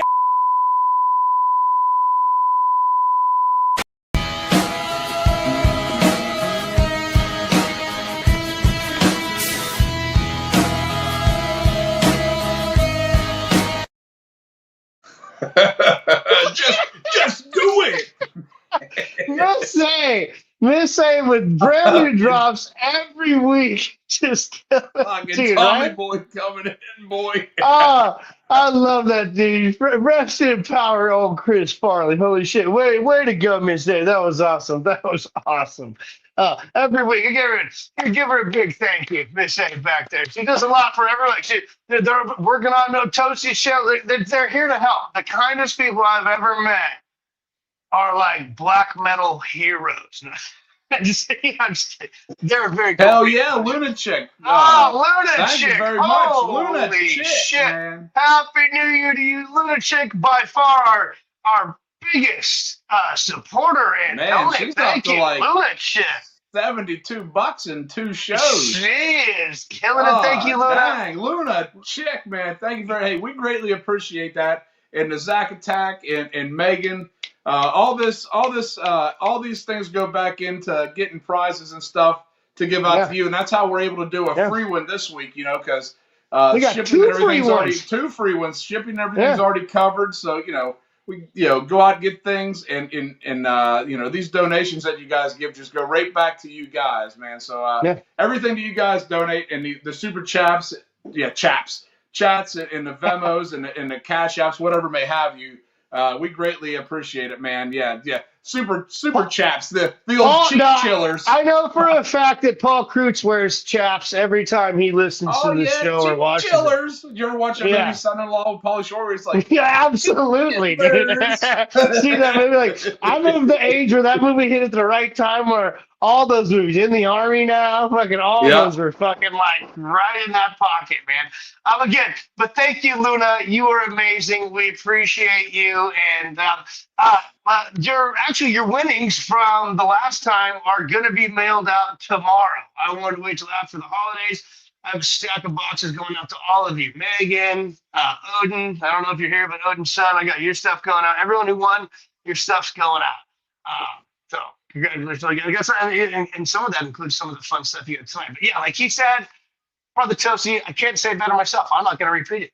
Everything he said, that's what we're doing. So, some people don't like it and they can suck it, but this is all about, giving back around here. We're always giving back around here. Even if you do donate a little bit, guess what?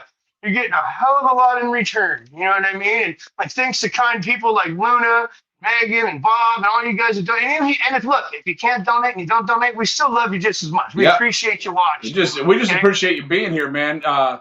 Just being here and supporting and watching is amazing. You know what I mean? Yep. And it's just awesome. So all you people being here is just phenomenal to me. And Shred and myself, Miss A Warhammer, we're starting the new year off right. I mean, this show is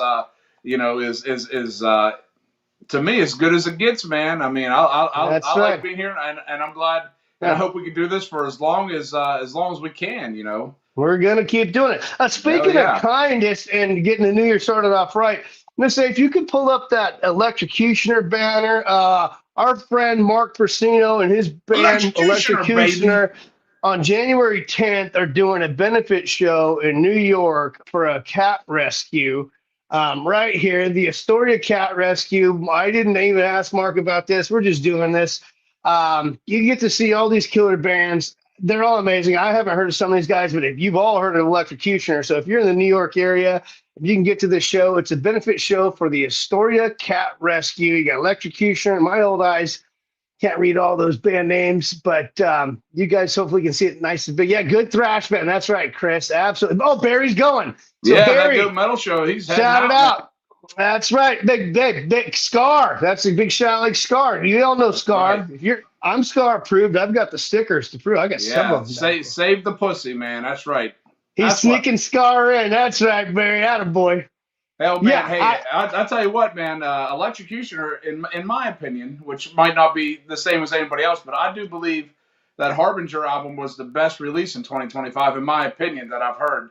And I'm into a different genre of music as a lot of people. I love thrash, so I mean, that album was top notch, man. It was awesome. You saw earlier. I got to choose. We all split the question. We divided the questions up for Metal Tag, and I chose the one. What was your favorite album of the year? And I chose Harbinger. I had to. It still is. I have a lot of shit I could have picked, but that's I could have picked a bunch of shit off my label. You know what I mean? You know what I mean? But there's a lot of good stuff there. But Electrocutioner, in my mind, in my personal like, is Rich is going to be there too. That's right. We support the pet community over here at the Mandatory Metal and Mayhem. Cat, dog, whatever pet you got. You know what I mean? Yep. Goldfish, pet or no pet. I got good news in my house the other night. I can't remember what my wife and I were watching, but they had my wife had never seen John. No, it just hit me, guys. Check that. My wife had never seen John Wick, right? So I'm like, you've never seen John Wick, right? That's a great movie. I'm like, well, the first part's a little brutal, but don't worry, you're gonna love everything. You know? Oh, dude, she's in. She wants to watch the whole rest of the series, but we're watching. If you haven't seen John Wick, unfortunately, fucking spoiler alert, the very first one. Fucking wife unfortunately passes away of some sort of some fatal disease, I think, right? Kind of knew it was coming, and then she sort of gifts him a puppy in her death, and like this. But anyway, the puppy's a thing, a vessel to her, whatever. Not like any sort of metaphorically, obviously, not no sort of spooks. Here this fucking guy goes. They kill his puppy, and my wife in the middle of this is like, "What kind of dog is that?" I'm like, and she's like, "Man, where do you get a dog?" I'm like, I can't believe this at this point in John Wick. She's like, "We should get a dog." And then, but it was perfect because the seed is planted. Thank you, Keanu Reeves. John, all the people John Wick is now. So wait a second. So you're talking about that being the saddest part of the movie? What about where they fucked up with Mustang? That was terrible. Yeah, okay, that's very true. But my wife and I are both big Mustang fans. That dog scene pulls some heartstrings for me. Like any movie like that. It's brutal. I'm a big sis when it comes to movies like that. There's a couple of movies where I'm sitting there like, you take your date to the movies and all of a sudden I end up being the girl, I'm like, what's wrong with you? I said, I'm sweating from my eyes, leave me alone, Anyway. I was supposed to be holding them and they're holding me, It's one of those right, exactly. bullshit. I see Francisco in the chat. Hey, brother Francisco, welcome, my brother. Good to see you here. Love seeing you here, man. Can't wait to see you guys in like a week and a half at this point. I'll be out there in Houston. Yeah, save the kitties. That's right, Rich. That's right. I got 3 of them suckers running around here, and one of them is a rescue cat. Yeah, right. Yeah, you were telling us about that. Yeah. All right, let's move on. We got about a half hour left to go here. We didn't do the news follies from last week, so let's jump into some news follies. I can't even remember. Hell, let's say news follies. Yeah, Who's ready to laugh? Are you ready? I'm not just asking, are you ready to laugh, but are you really ready to laugh, man? Because I can't make it through these things without laughing. News follies. News follies. Let me bugs are flying around with wings. They're flying bugs. Brilliant headline. Yeah. Wayne Hansen there. Wayne Hansen, scholar. Must have gone to Harvard. Hell yeah, dude. Hey, he nailed it right on the head, man. He ain't wrong. He ain't wrong enough. They're definitely fine. Definitely fine. All right. Hey, Metalhead Zach, all the way from the land of Oz. Welcome, brother. Good to see you, Metalhead Zach. You want to talk about shredders? That guy right there is an absolute shredder, Metalhead Zach, right there in the chat. Fellow Australian, Lee and a few of you. Okay, this story Lee sent me like 5 weeks ago. And there's so many other pictures. An American mother claims her baby is dark-skinned because of her ancestors.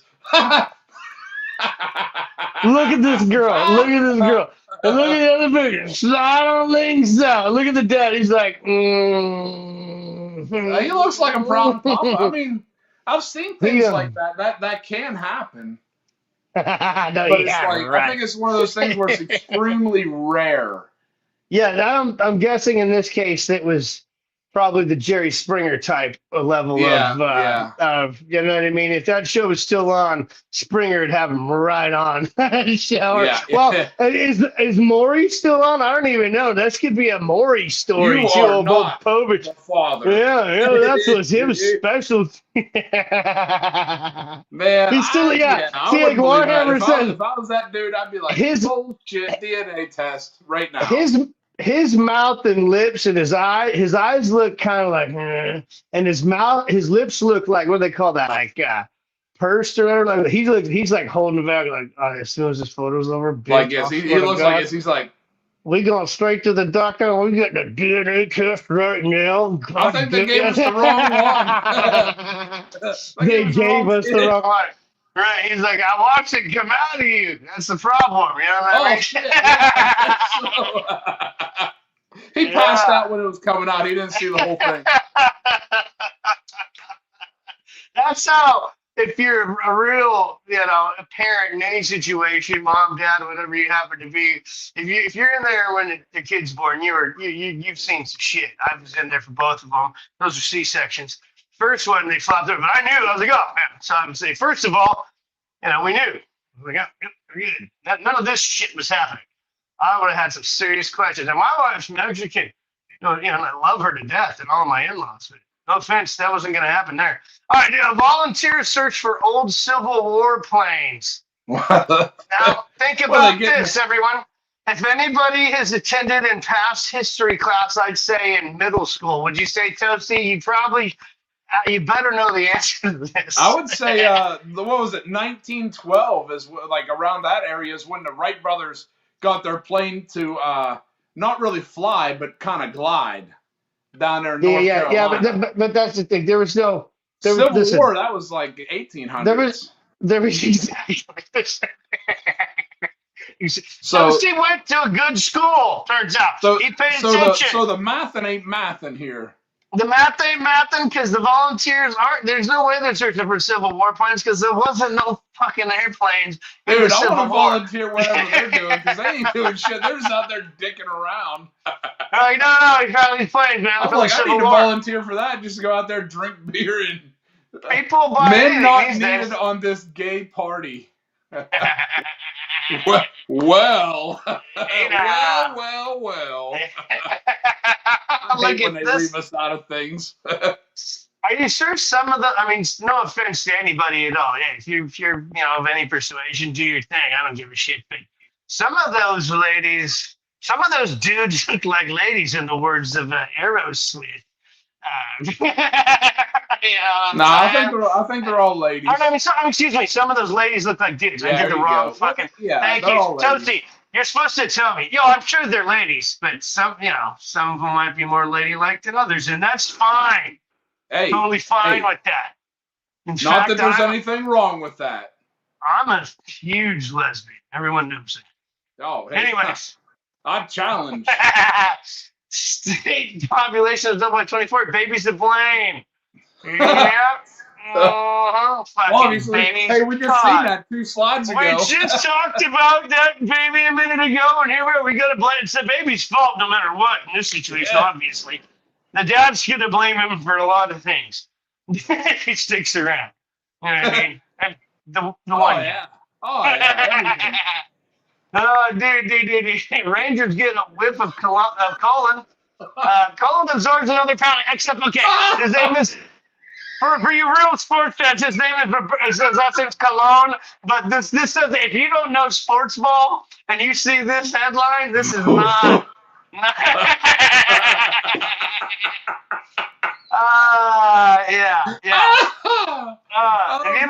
If you just happen to look at that face he's making.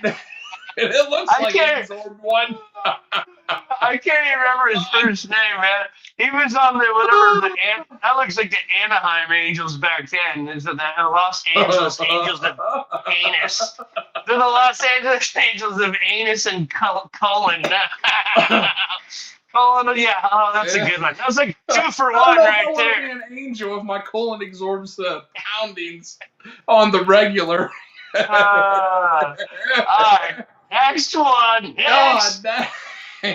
Man given parking fine because his car shadow was in disabled parking space. What the fuck? Yeah, that's obviously in Europe somewhere. And I'd be pissed. I'd fight that. I bet you won that case. There's no way. No way. Oh, because the sun's shining, now I get a fine, Yeah, your car's fine. Like, dude, depending on the size of your car, it doesn't matter. You get like a freaking one of those little Prius, dude, and in the right sun conditions, I think it'd be 25 feet long. You know what I mean? With the shadow, like, what kind of bullshit? This has got to be fake news.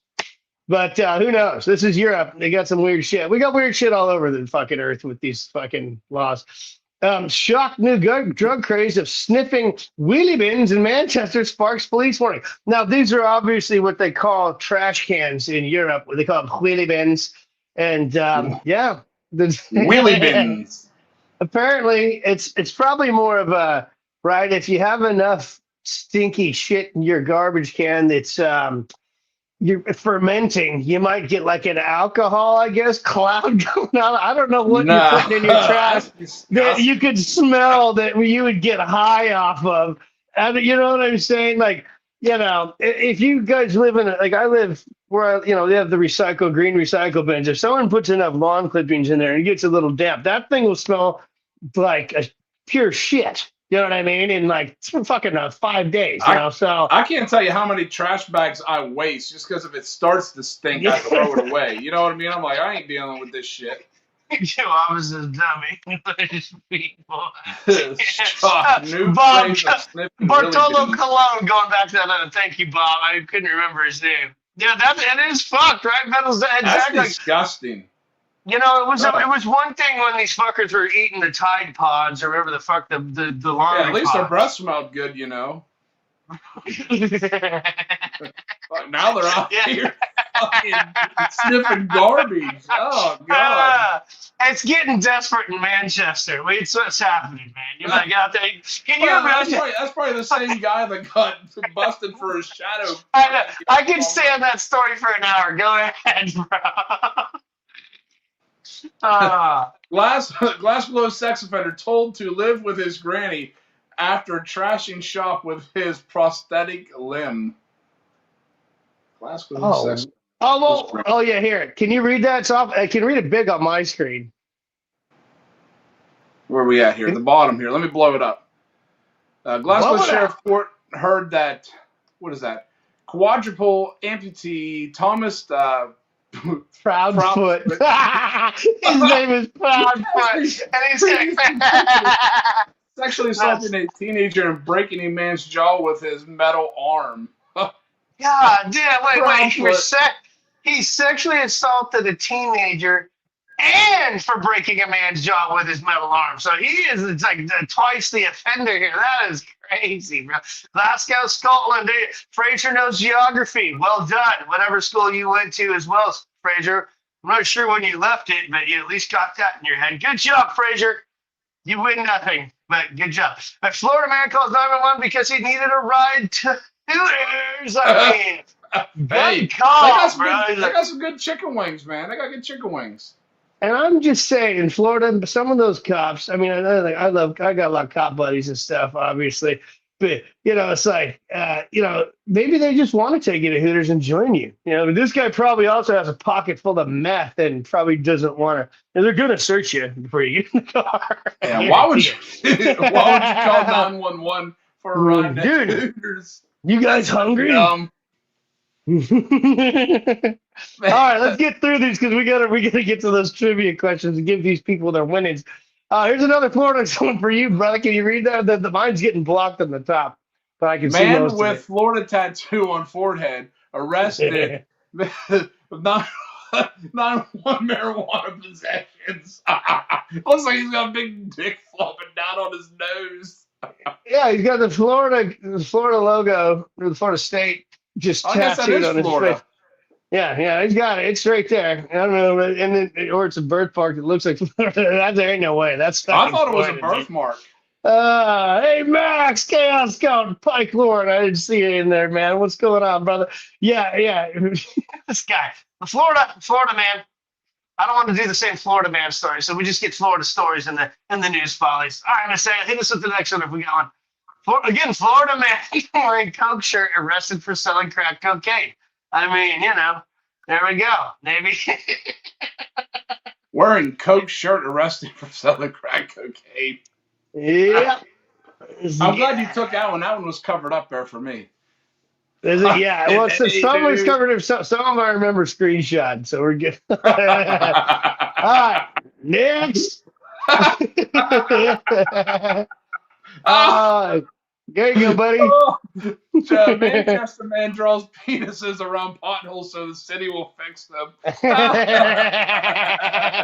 Now, this guy in England gets down. He probably. Genius. I wonder if he sniffed a wheelie bin before he went out and fucking, started drawing these dongs. Because that's a very Family Guy, Seth MacFarlane drawn. Yeah, that's not a very good one. I feel like it's a. What can you expect if you're out there sniffing the wheelie bins? If you're out there sniffing the wheelie bins, you're not going to get the perfect. Oh, maybe this is the dog I'll adopt. Local dog, too cool for town. Tago looking for a chill place and even chiller owner to chill with. Hell yeah, He's so chill. That dog's my guy, man. That's the. I would never say to give your dogs bong hits, but he might just come with a bong. You know what I'm saying? Yeah, that's probably what's in his bag. He's probably got a pound of the good in there, man. We're gonna see you amped for the next show. That's all you, bro, town. One-armed man wants the kindness of strangers. What the?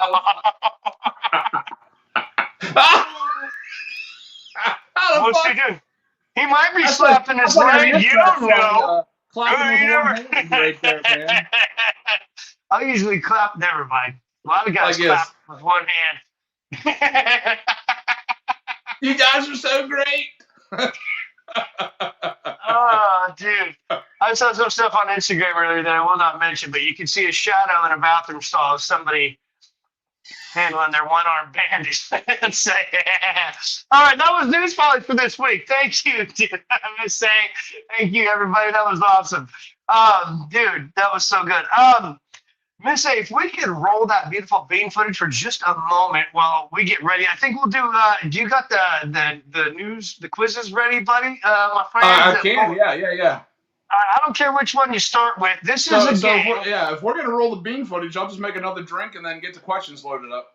Yeah, let's do that. But I want to explain to the people while we're gonna roll some beautiful bean footage. The rules, man. The rules. Yeah, the rules are whoever answers the most correct questions in the chat.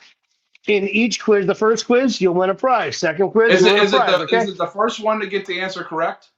Yeah, first one in the chat to answer A, B, C, or D. And we already have all the correct answers this week ready to go. I don't know why I didn't include that in the other ones, but we have it all locked down, right? And we have two of these for you guys, and this is going to be for two prizes, absolutely free for you guys in the chat who answer correctly, okay? And Miss A, you could throw those prizes up. I think I have prize 1 and prize 2 written in there somewhere. Some pretty cool shit. There you go, right there. Oh, nice. Right? Yeah. Okay. You get a Mortar Red digital download, a Good Time Skate Shop that's in Grass Valley up where I grew up. Sticker, you get a little shot glass there. You get a green shot glass. Yeah. Right? You get a little button, a fridge magnet, a Fomorian Productions little, that's like, it's just something like out of my printer, but look pretty cool. So you're going to get those. And the coaster from that gold medal show and all the other various stickers. That'll be prize 1. And then what do we got for the second prize there? Oh, shit. Gets a little Sam crazy. Hain. Oh, yeah. Hey, I used Sam Hain for my username as a kid growing up. Oh, yeah, dude. That's well known, right? And this is live 1984. Was it 84 or 94? I can't remember. I have it right here. What am I looking at? 1984. I can't fucking read anymore. Obviously, it wouldn't be 94. It was Sam Hain, idiot. Deep in the show, guys. We've had a few. So, yeah, this is your second prize here. You get the ETD sticker, some Realms of Rock stickers, your Extinguish the Code, and the Sam Hain DVD, of course, right there. And that's the last one I can find. So you're going to be playing for that in a minute. Scar wants that Sam Hain. All right, well, hey, answer correctly. Yeah, I got a whole Sam Hain box set, man. It's good shit. Do you? They're good, dude. It's a big box set. It's old. I love my buddy Tommy at the record store, but here's what happened. I bought one, and then I went in there like 3 weeks later. He's like, oh, man, yeah, I don't have any more of those. I went in there 3 weeks later, and there was like another one. I'm like, what? Right? And so I think I ended up buying his whole. I did. He only had 3, and this is the last of the 3 he had. Because I've gone back in that same section now 50 times just to make sure he didn't sneak it. And I love Tommy. Yeah, you don't have to tell me whether you got more in the back or not. You know what I mean? I get it. But these are still rare enough. You know what I mean? So there's 3. I sent one to Addison, that mediocre guitarist, a very long-time fan of mine. And this one, and I can't remember who won the other one. So gonna get that in a minute. So let's say, can we roll that beautiful bean footage before I talk over both games? We're gonna squeeze in that quick beer review in the sports news tonight. We don't have to. No, we're doing it. You're getting it over with. You're getting it over with. But if we could roll just a quick video so I can go use the bathroom real quick, if I'm being real honest. I can refill. Yeah. Hello, Laura. Love, what are you doing there then? I'm burying my goldfish. Oh dear, what a shame. Still, it's only a goldfish, I suppose, isn't it? But why are you digging such a big hole, you silly thing? Because it's inside your cat.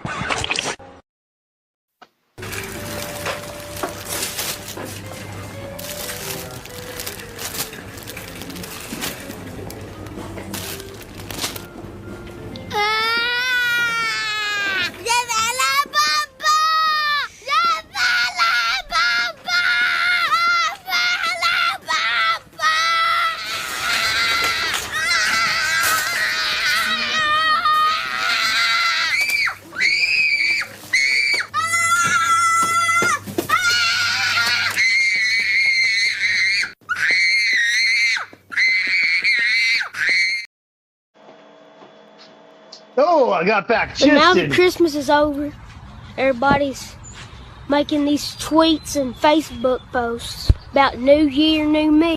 Shut up. You're still on meth, Cheryl. And this chick in her Cookie Monster pajamas smoking some Marlboro talking about New Year, New Me.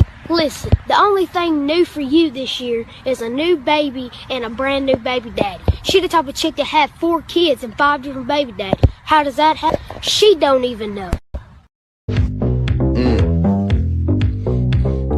Hit it, hit it, hit it, hit it, get it, get it, get it, get it. Ow, ow, ow, show them girl, yeah, boom, boom, bow, bow, boom, boom, boom, boom, boom, boom, bow, bow, bow, bow, bow, bow, boom, boom, bow, bow, bow, bow, boom, boom, ow, grrrr.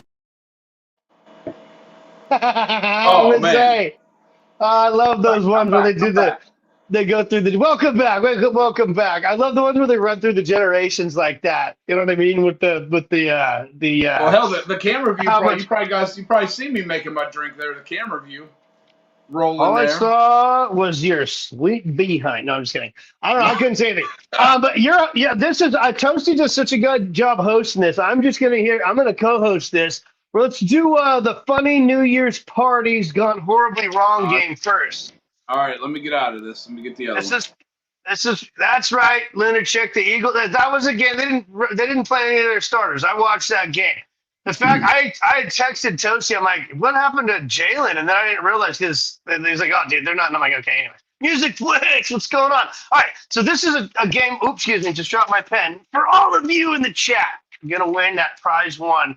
It's called Funny New Year's Parties Gone Horribly Wrong, and Toasty's the hosty. Hosty with the mosty. Toasty's the hosty with the mosty, and he's gonna fucking do a little roasty. No, fucking land. Anyway, he did such a good job. He's gonna host these games when we do these quizzes. I love it.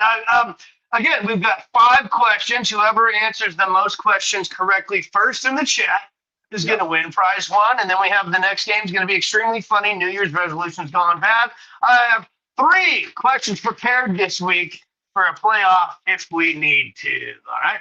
So go ahead, Brother Toasty. Go ahead with question 1 for all the amazing people here in the chat. Funny New Year's parties gone horribly wrong. Question number 1. So you're over here at Shredbeard's house. The party host Shred says, don't worry, it'll be chill. This actually means A, 3 people in a board game, out there playing fucking Monopoly. B, way too many people and not enough chairs. That's what happens when you come to one of my parties. C, someone's cousin you've never met. You're like, who the hell is this guy? Or D, you're over there at Shreds and all of the above plus a dog. He just got that super chill dog. I love it. All the above. The party host, don't worry, it'll be chill. This actually means 3 people playing Monopoly, way too many people, not enough chairs. Someone's cousin you've never met. You're like, man, I thought you two were kissing cousins for a minute. Or D, all of the above plus Shredbeard's super chill dog. Yep, Luna got it. The answer is D. Luna is D. Luna is on it. Luna not only is our biggest supporter, but she is on it. And all you guys, great guesses. So yeah, when we read the answers, we'll go A, B, C, D. They all know how to play the game, right? He's reading them. You know how to go A, B, C, D, you fuckers. But good guesses. Thank you all. All right, let's go on to question 2, Brother Toasty, with the Toasty, the Toasty. Question number 2. And everybody, make sure your screen's refreshed.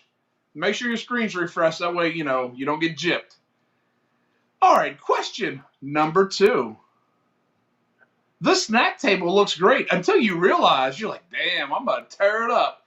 A, everything needs a fork, but there are no forks. You're like, damn it. B, somebody already double dipped, hey, double dip the chip, man. You're like, C, the homemade food is suspicious.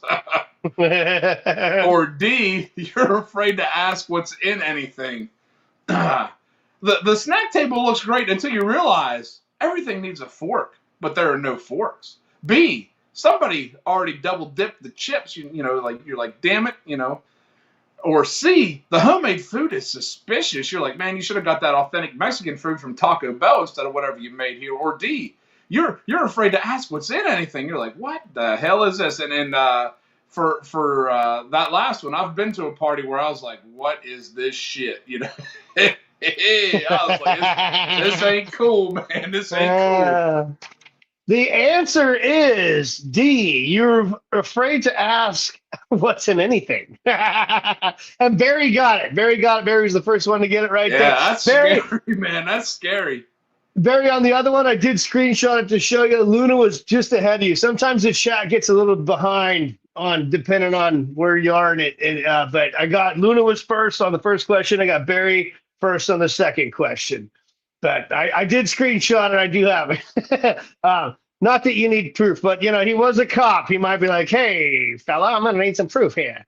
Just kidding. Barry doesn't talk. He doesn't talk like that. That's a nice, like, 50s accent right there. I know. Why did I do that to Barry? He doesn't talk like that at all. That's probably the last time we've talked cool ever. Hey, you know what I mean? They're going out to the ball game. They're going to go son. Don't make me smack you around, son. All right. Anyways, question 3. Number 3. 10 minutes before midnight, and Shredbeard's panicking. The panic sets in because, A, the TV remote's missing. That's a real panic. I ain't gonna lie to you guys. B, the clock is wrong. Shredbeard's like, man, I'm over here hanging out in New York, and I'm in a different time zone. C, the Wi-Fi stopped working. That's junk anyway. Or D, someone yells, wait, what time is it? Question number 3. 10 minutes before midnight, panic sets in because A, the TV remote's missing. That's a real panic, at least for me. B, the clock is wrong. C, the Wi-Fi stopped working. You're like, I ain't got no internet. I'm not going to make it. Or D, somebody else, wait, what time is it? I love it. No correct answers so far. No correct answers so far. This is a totally random game. No correct answers so far. Nope. It is not C. It is not the Wi-Fi stopped working. It is not A. All good guesses, though. All great guesses. It is not the TV remote is missing, which, like Toasty said, is a pain in the ass. Who said that? That's Megan. Megan, always in the game. Megan got it right. The answer is D. Now, again, these were picked randomly, so are the answers, right? So I looked at it like, why are the answers all D? And what the fuck? The first 3 are all D. But you know what I mean? I can't help it. Everything fucking's random. We use the chat game. You know what I mean? Your Wi-Fi quit working. My Wi-Fi quit working. Anyway, all right, here we go. Question number 4. The countdown goes wrong when everyone starts counting at different times. You know, Miss A's like, damn it, Warhammer, fucking start on time. Or B, someone skips numbers confidently. Or C, someone yells, Happy New Year, way too early. Or D, time itself feels fake. Question number 4. The countdown goes wrong when everyone starts counting at different times. You know, she's like, get it together, Warhammer. B, someone skips the numbers confidently. That was something I would do. C, someone yells, Happy New Year, way too early. Or D, time itself feels fake. Dun, dun, dun.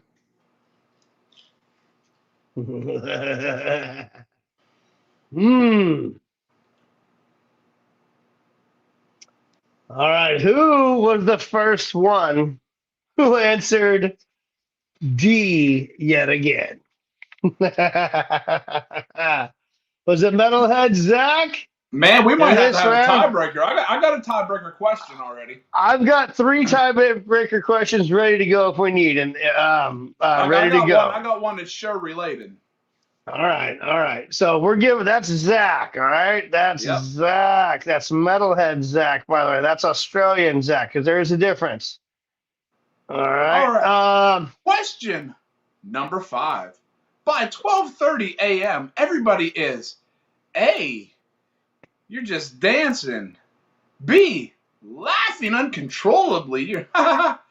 C, sitting down like they just ran a marathon. You know, that must have been one of the people that were dancing. You know, they said, whew, I got to sit down a minute. Or D, saying, so, shall we go home?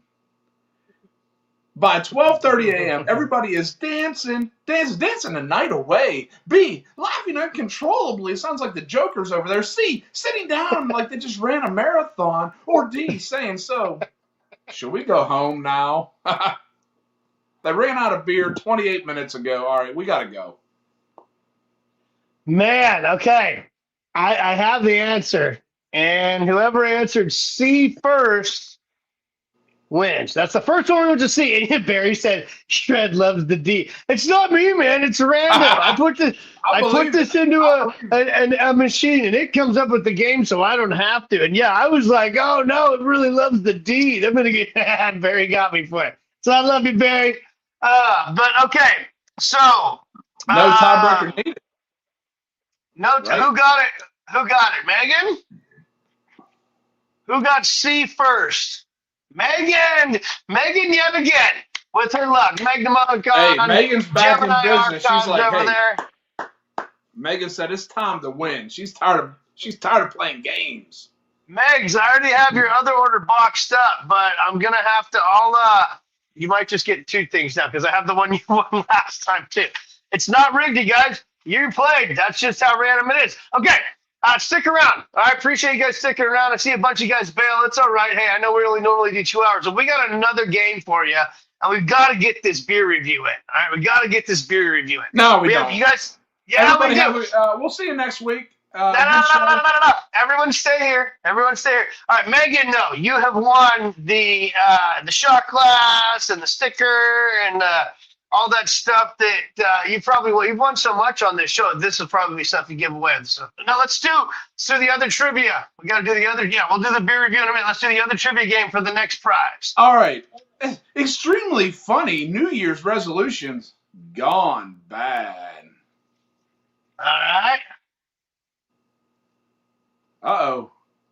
Congratulations, Megan. What did that say? Megan, Megan, you're back in business, back to winning. It's been a while. It's been a little bit. Megan is probably the. Oh, okay, hold on. Miss A needs a beautiful person. That's fine, Miss A. Go ahead.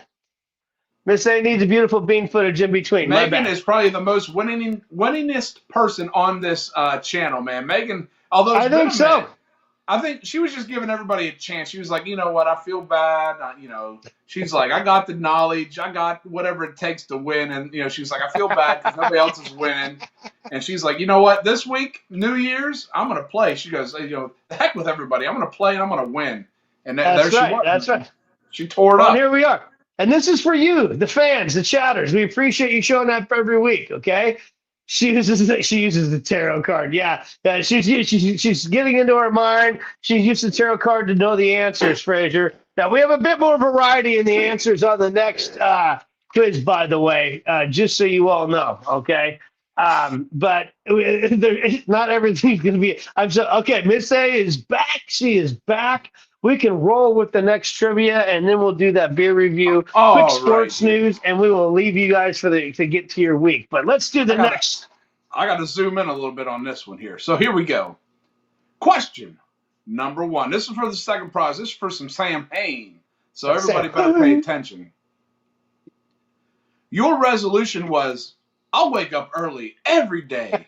By January 3rd, you're like, watching the sunrise. Hey, you're watching the sunrise. You're waking up on the 3rd day, so you're doing good. 3 days in, you're doing it.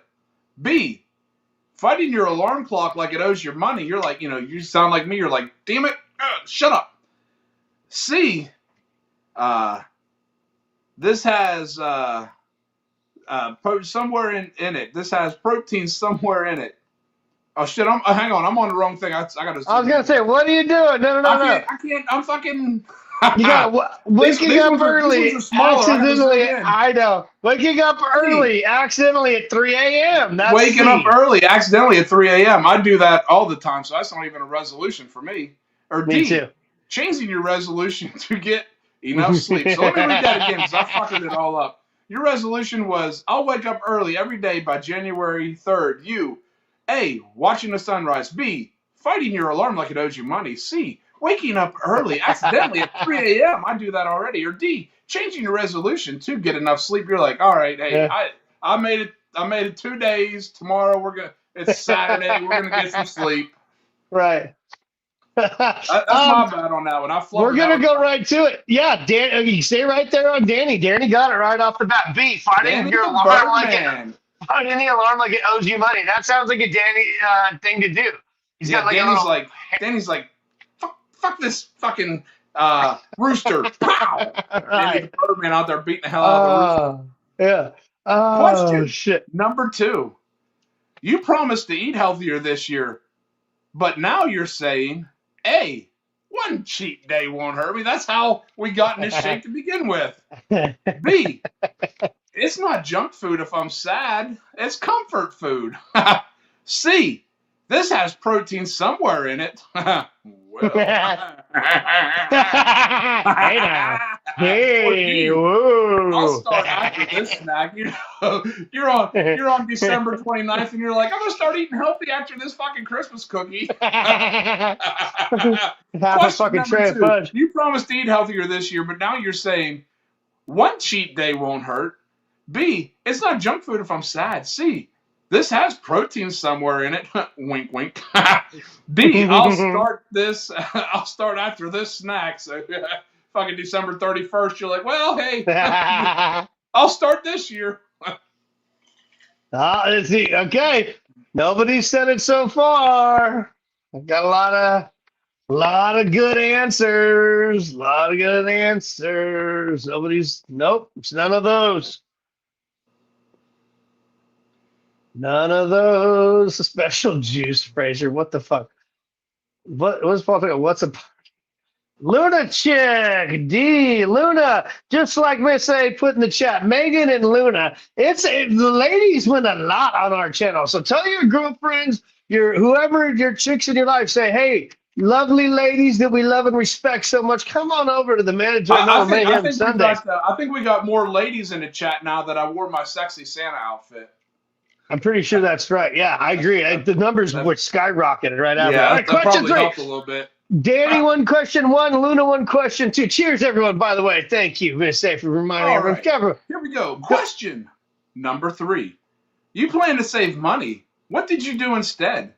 A, you bought a reusable toasted goat water bottle off his merch site. That sounds like a fucking good plan. But you already own 7 of them, so you're a return customer. B, a motivational planner you opened once. You're like, oh, man, I opened it one time. I'm motivated. C, something online you don't remember ordering. Who's been there? I've been there. Or D, all of the above plus shipping. You're planning to save money. What did you buy instead? A reusable toasted goat water bottle that you already own 7 of because you're like, man, that cat's badass. Great purchase. A motivational planner you opened once. C, something online you don't remember ordering. Or D, all of the above plus shipping. Oh, man. Ooh, this one goes. This is a shocker. This is a guy who speaks perfect English and knows geography really well. Fraser Dawson. You've won question 3. You haven't won shit yet, but yeah. Got another answer D there. Fraser, question 3. You've won nothing yet, but you answered that question correctly, sir. All right, Toasty, let's go. Question 4. Question number 4. You said you'd exercise every day. Damn, 7 days a week. I didn't even do that back when I was state champion. Your current workout routine is 1 intense workout followed by a week of recovery. Well, if you're just starting that, you might need that. B, thinking about exercising very seriously. That's what Warhammer does, I do believe. He's like, man, I'm done. He's in perfect shape. We've seen the pictures of Warhammer. C, walking fast when you're late. You're like, oh, shit, speed walk. Or D, stretching once and calling it growth. All right, so 4, you said you'd exercise every day. Your current workout routine is 1 intense workout followed by a week of recovery. B, thinking about exercising very seriously. C, walking fast when you're late. Or D, stretching once and calling it growth. Oh, Metalhead Zach. Hey, Did he say A was the answer? Metalhead Zach. Ozzy Zach's how I remember that. Just so I don't confuse you with Flat Brim Zach. Congratulations. Okay, we got Danny, Luna, Frazier, and Ozzy's Metalhead Zach. Question 5. Question number 5. By the end of January, your resolutions are fully completed. You're like, man, I just did a year's worth of working out in 1 month. You know, you're looking like Arnold coming out that motherfucker. B, still in progress, which is where you should be, I think. C, on hold due to unforeseen circumstances. That happens. Or D, being recycled for next year. Hey, I recycle the same New Year's resolution every year, man. Question number 5. By the end of January, your resolutions are fully completed. You're like, man, banged it out. Now I'm eating cookies the rest of the year. B, still in progress. You're like, hey, I'm working on it. I'm doing good. C, on hold due to unforeseen circumstances. Or D, being recycled for next year. All right, we're going to move this right along because we still got to do a beer review. This was Megan won this one. So we have a 1, 2, 3, 4, 5-way playoff, I think is how we're going to do that. Oh, right? we have a 5-way playoff? Between Megan, Ozzy, Zach, Frazier, Luna, and Danny. I think that's the only way we can do this. All right, so wait. Frazier just said I suck my revolution. That's weird. So if you, last week we had Melanie Loves Death Metal on, right? Yes. Last week we had Melanie Loves Death Metal. I asked her a question. The question was, if you were just getting into death metal, what death metal band should you start with? What was her response?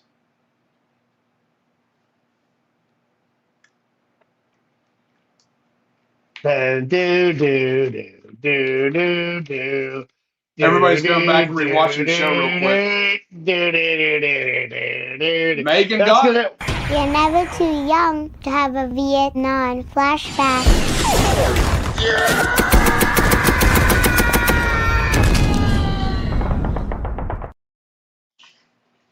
Megan, I'm just going to start putting the prizes in boxes with your address on them, and then we're just going to send you those. Congratulations, Megan Monica. Megan, you rule. Holy shit, I am. I'm just going to go down there and tear the other one apart and add all this stuff to it somehow. Congratulations, Megan. She's been sick. That was an alright. I just pulled that out the top of my head. Yeah. Megan, you are welcome.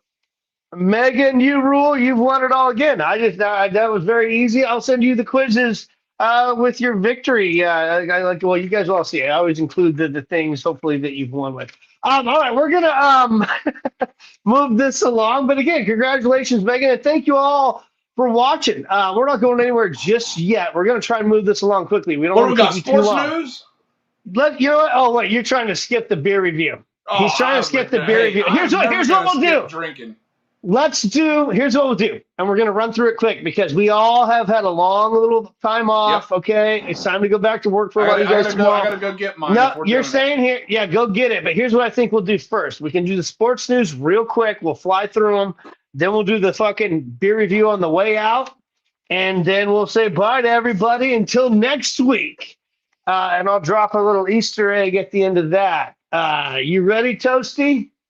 I've been ready since Mary spread her legs, man. Yeah. All right, Miss A, let's run that sports news through these people real quick if we could. This is yours, brother. Come on, man. Come on. Coop, if you're an Eagles fan at all, you know who Cooper DeJean is. All right, man. So I don't know if this is true or not. Last week we did the story on it. I don't know if they're doing whatever they're doing, man, but Nikki was seen wearing a 33 Cooper DeJean Eagles jersey, and she was wearing Eagles gear in her title match, which fuels the DeJean romance rumors. So, man, hey, if that's true, man, hey, my hat's off to the cat, man. My hat's off to the cat. You know what I mean? he's obviously, probably he's probably got a couple $100,000 now himself, I would imagine, for his contract, because he is a phenomenal player and he's only in his second year. But if he's getting with Nikki Bella, which is obviously got to be a millionaire, I mean, and she's a hottie. Who cares if she's a little older? You know what I mean? Hey. Absolutely, no problem with that. Nothing wrong with an older lady. Everybody in the Eagles Stadium are going, Coop. You know what I mean? All right, all right, we're moving on. Football news. This is just these guys with big guts playing football. Get a picture of me fucking in a uniform. Are you I think you're the guy on the right, the 6'7" guy. Yeah, I'm the guy in the green. Yeah, we're going to need your DNA test too, sir, because you don't look like the same guy on the show. Just kidding. All right. Yeah, Miss A, let's go next one. Okay, this was fun. Basketball news. Listen, Melanie, when you watch this, I did this for you because you love basketball and you're awesome. Look, I mean, just look at these. Look at this one guy. He painted his whole face like Dude, a basketball. hey, that's badass, man. Did you ever watch that Seinfeld episode where he painted his face and shit? He's like, he's a face painter. He's like the Devils. And absolutely. The priest goes to the fucking nut house. Absolutely. But like, that's dedication. Okay, shot put news does this. Dang. Yeah. That dude looks like a Dracula movie. This is what happens when you slang balls as a sport to your face. That's all I have to say about that. That looks like a young version of you, Shred. I know. I had to put the red-haired Ginge in there. I was like, look at this Ginge. Look at his face. He's all, like it almost hits him in the chin. All right. Go ahead, brother. No. Mandatory beer reviews, ass or pass. I'll show you my beer first because Toasties is going to blow your mind. And I really want you guys in the chat, if you need to take his man card away, I'll talk him off the ledge after the show. But if you need to give it to him, give it to him, give it to him. All right. I'm doing again. Go ahead. Do you have a quick retort? I sadly have no beer to try tonight. Lies. The toasted lie goat. That's not true. Ahead, man. 4 weeks of deny. No, anyway. Right. I am also not trying like the most manly beer of all time. I'm not even trying it for the first time. I've had several of these in the past, but this just is what's down in my fridge. I have a Stella Artois that was left over from a buddy. Is that 1368? It's Stella Artois. It says what did you say? 1368? Yeah, 1368. Dude, they were jamming Stella out back in the medieval days, man. Yeah, pirates were fucking drinking this shit, man. The Stella is a good beer. I like Stella. You got to be in a Stella mood. You know what I mean? But it is good beer. But I'm not trying this yet until you get your amazing beer out. You know what I mean? Where you take the knife across and get the foam. Yeah. Oh, dude. Yeah. Okay. See, Toasty just gave you. He's professional bartender, dude. Right. That's how you. I have some Stella glasses downstairs too, and they have a gold ring around the top. And when the head of the beer gets on top, you slice it up. Yeah. Oh, dude, I've had the. Yeah. Oh shit. And then I got a real big one. Yep. All right. Listen, what he's trying to do right now, you guys, is he's trying to delay the inevitable. He's like, oh, look at all my Stella Artois glasses. He goes on to the other cool stuff because he doesn't want to show us the beer he's going to try. It's a well-known thing that I throw parties at the house about once a month, sometimes twice a month, and people leave things here. So I didn't go out and buy these, but they're sitting in the fridge, and there's probably like 8 of them. So I gotta see it. There's 2 different flavors, so I'm gonna try these back-to-back weeks. I got this White Claw. Oh, White Claw Wednesday. Oh, you're like a what are you? Fucking. I got this White Claw. Fucking great. Oh, white girl, White Claw wasted. What the fuck? Oh my god, dude! I was like, I'm still 100% against these, but if I like it, I'm gonna tell you guys the honest truth. I mean, listen, I respect that, but I just want to let the crowd know now before they all leave because of your fucking gayness. Anyways, I have never, Shredbeard Trevor, I have never had a White Claw. Now, I did drink that Four Loko, and then I acted the fool. Dude, we need to do those again. They got a bunch of flavors. I've never had one. So either way, get back to your White Claw. Stop deflecting. So anyway, I don't know who left these at the house, but yeah, you do your boyfriend, dude. Just kidding, Toasty. I love you. Oh, yeah, Miss A's drinking one, so Yeah, because it's for girls like Miss A. I mean, come on, it's for her. White Claws are designed. I got this shit in the fridge. It needs drink up before it goes bad, I guess. That's and I'm okay. Gonna see if I don't blame you. I mean, drink it up, bud. You know, I'm not. I do have to bust your balls. The tab is pretty cool. Purple's my favorite color. That is pretty cool, though. That's a cool looking tab. I'll give it that. So you've never had one before this moment right now. All right, no, so I refuse to drink them. Oh, look, Marty drank White Claws when he was on the keto. I'm gonna like them. That's gonna be my biggest fear. That's the problem. I'm gonna start fucking drinking them. They're only 100 calories, so I mean they're not bad. Oh, dude, no fat, only 2 grams of carbs. I brought Tequila. Remember Tequilas back in the day? You might be a little young for that. Tequilas was a thing for a minute. I brought them to a party when I was fucking not even old enough to drink, and people just hounded me for it. I'm like, all right, just stick to beer.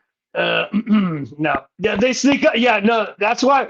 Dude, there was a show I used to watch, Marty, and hey, Marty, we're back in the chat. I had metallurgy. Yeah, they'll hit you hard and they'll get you around. But there was a show they called it White White Claw Wasted Wednesday or some shit. It was a cool show.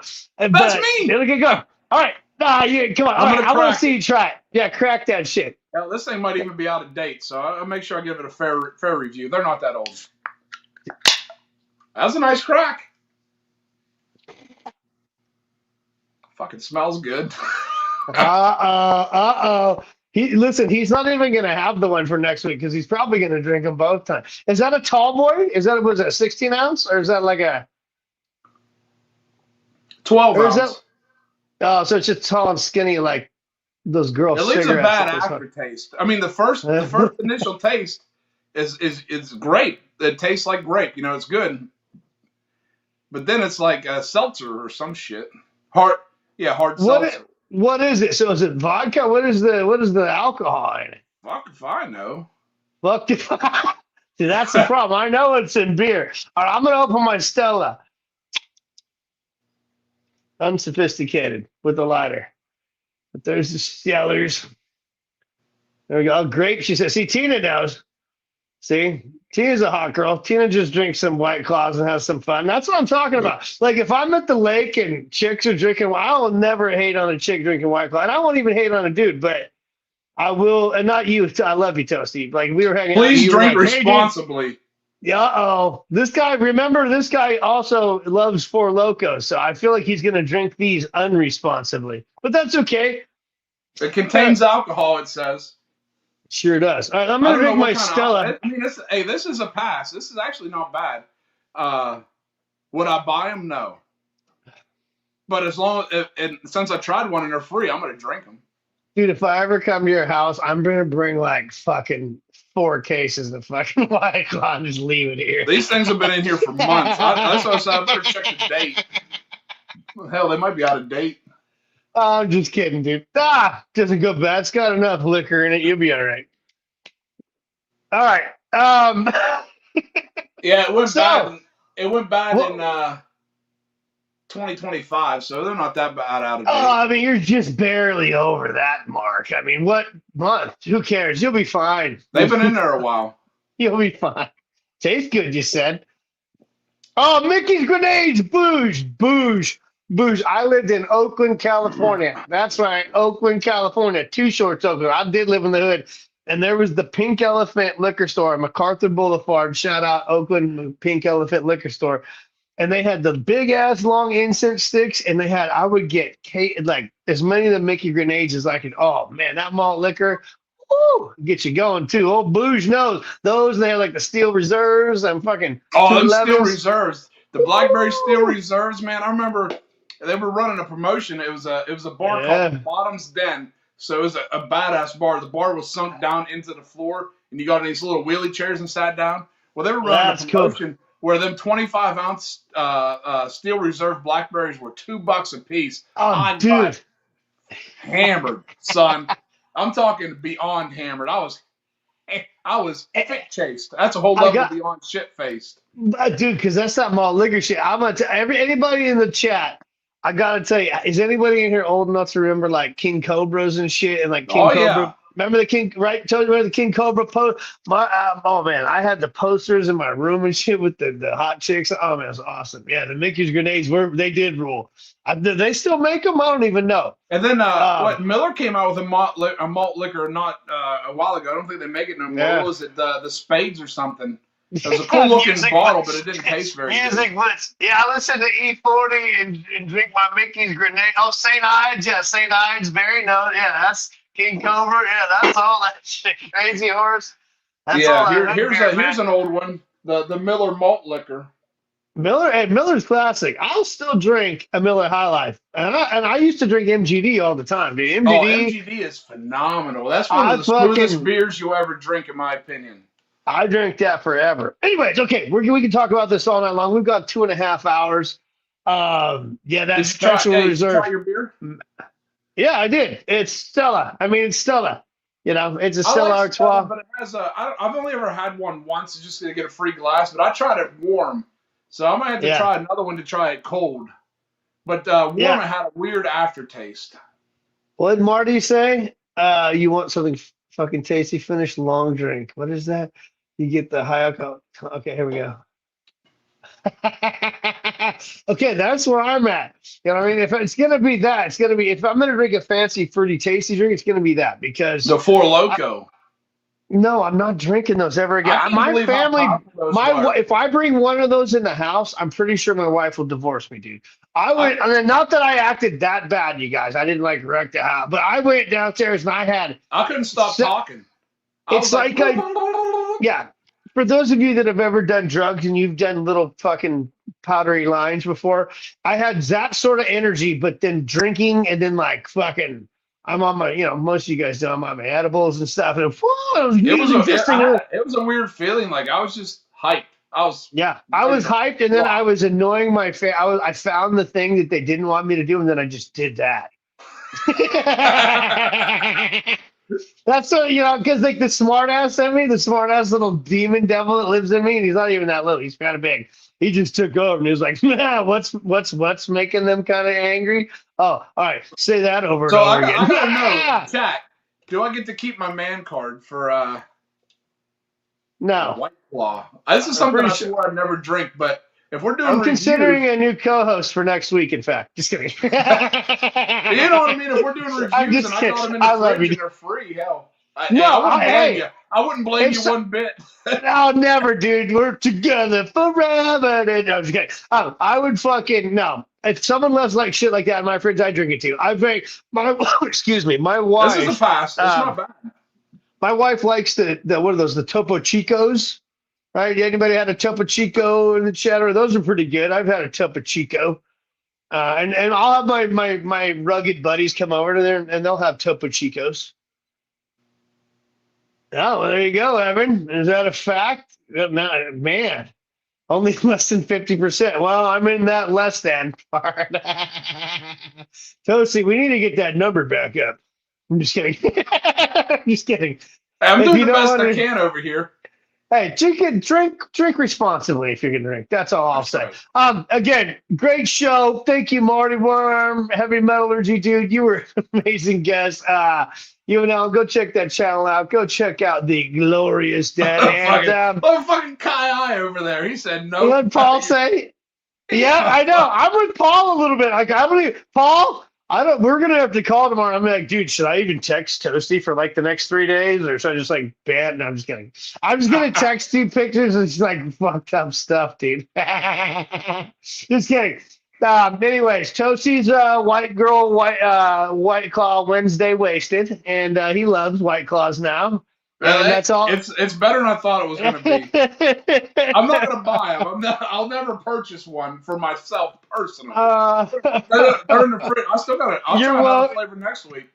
You're welcome, Marty. And it was an honor and a privilege to have such an amazing dude like you on, man. We'll do it again. Anytime we want to cross promote, do stuff like that. Again, like I say, there's so many of you. Marty Worm, you have an open invitation to come on the show anytime, my brother. Man. Go check out Heavy Metallurgy Wednesdays and Fridays. Iron Claws. That's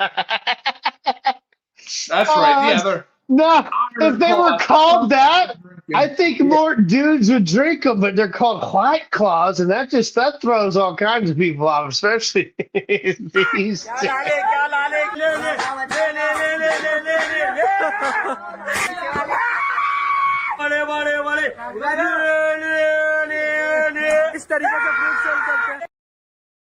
That's what I'll look like later tonight after I've had all the your second White Claw, you're gonna be like smashing myself with the pan. watermelons.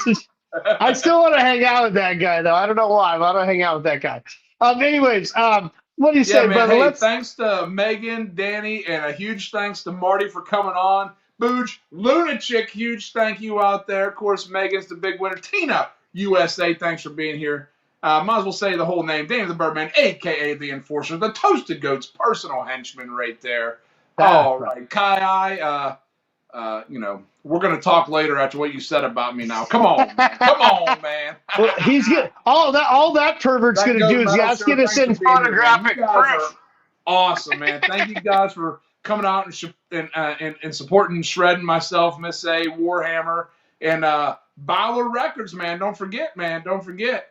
Got it going on over there. Got it going on, man. Hell yeah, man. Up against. Yeah, up against. I just appreciate the hell out of all you guys for hanging out with us and just letting us have fun, act a fool every Sunday, and just have fun, man. And I'm great. I appreciate being a part of this, and I'm glad that the three have welcomed me with open arms and just let me hang out with them a little bit. It's just, and I appreciate all you guys in the chat, man. You guys are awesome, because if it wasn't for you guys, we wouldn't do it. You guys are, awesome, man. So just remember, stay toasted, man. Stay toasted.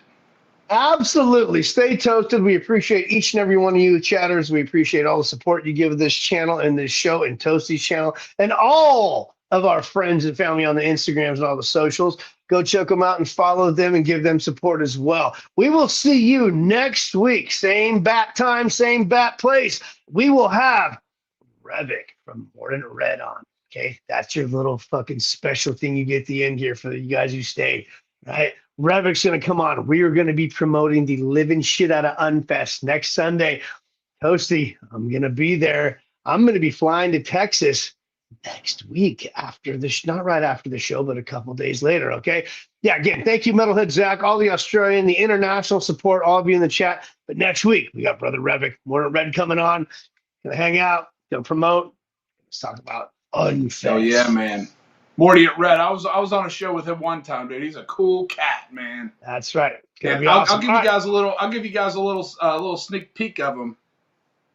Just like me, he's a huge Roddy Piper fan, man. That's right. That's right. He's a man of mystery, a man of many things, a man that's just a fucking really cool dude. And we're lucky to get him on, and we're lucky to. I can't wait to go meet the guy, meet everybody over there, Insecticide, Eat to Decay, all that. And we're gonna do all that and more next Sunday night on the mandatory Metal and Mayhem Sunday show. Again, check out Heavy Metallurgy.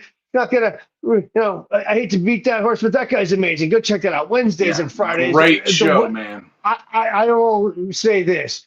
When I hear Marty and Alan talk, it is some of the most interesting and well-delivered information you'll ever hear. And that's nothing against everyone else on here. They just do something a little different than everyone else, which makes them unique. You know what I mean? Fran does his thing. Necron does his thing. We do our thing. Everyone, Toasty does his thing. We all have our little unique things we do on here. Barry and those guys, that Gut Metal Show, shout out. Appreciate you guys.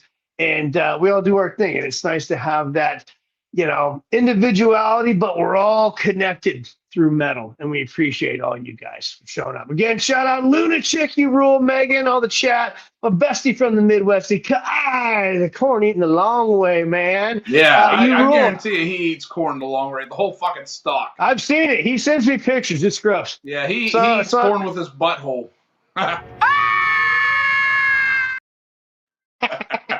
Anyways, all right, Miss A, if you could play us out, we will see you all next week for the Mandatory Mayhem Sundays.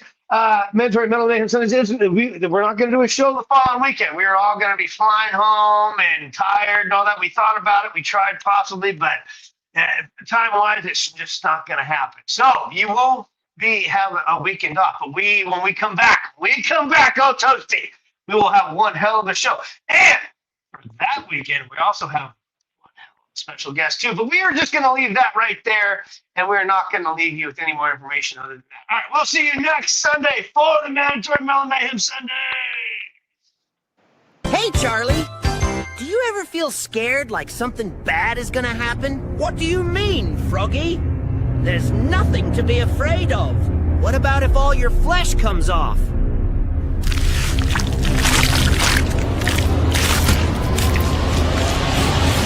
La la la la la la la la la la la. Down my fucking load, babies! Yes, the metal runs deep and hard, yes. Stick this in your fucking cunt! Fuck you all and your ugly mother! Bury your heads, you ingrates! You hate it when people say, you don't need alcohol to have a good time. Well, you don't need running shoes to run, but it fucking helps.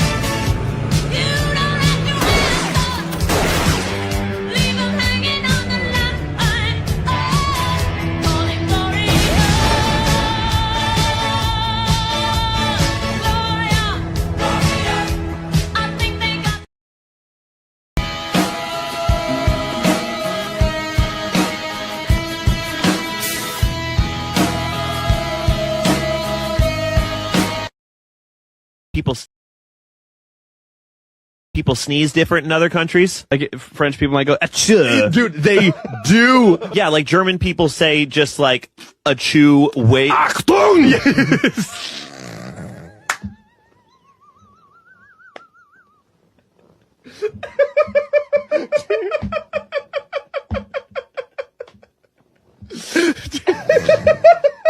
Scheiße!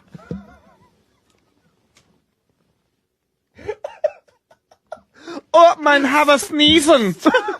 Watch out, Klaus. Mein Haber sneeze up. Achtung! Please set me free from this.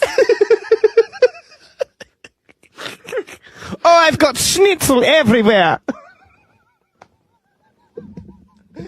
Oh no, I've got sauerkraut all over my lederhosen. You gotta stop. I can't do this with you at all, dude. Sorry for my loud and sneezing.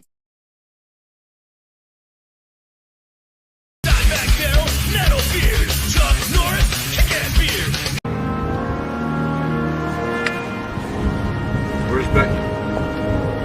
She's taking a shit. I'm gonna kick his ass, and then I'm gonna kick your ass. You're not gonna touch me. And then I'm me. gonna kick it like rock death. Obey the beard! Obey the beard! You're all going to hell. Goodbye.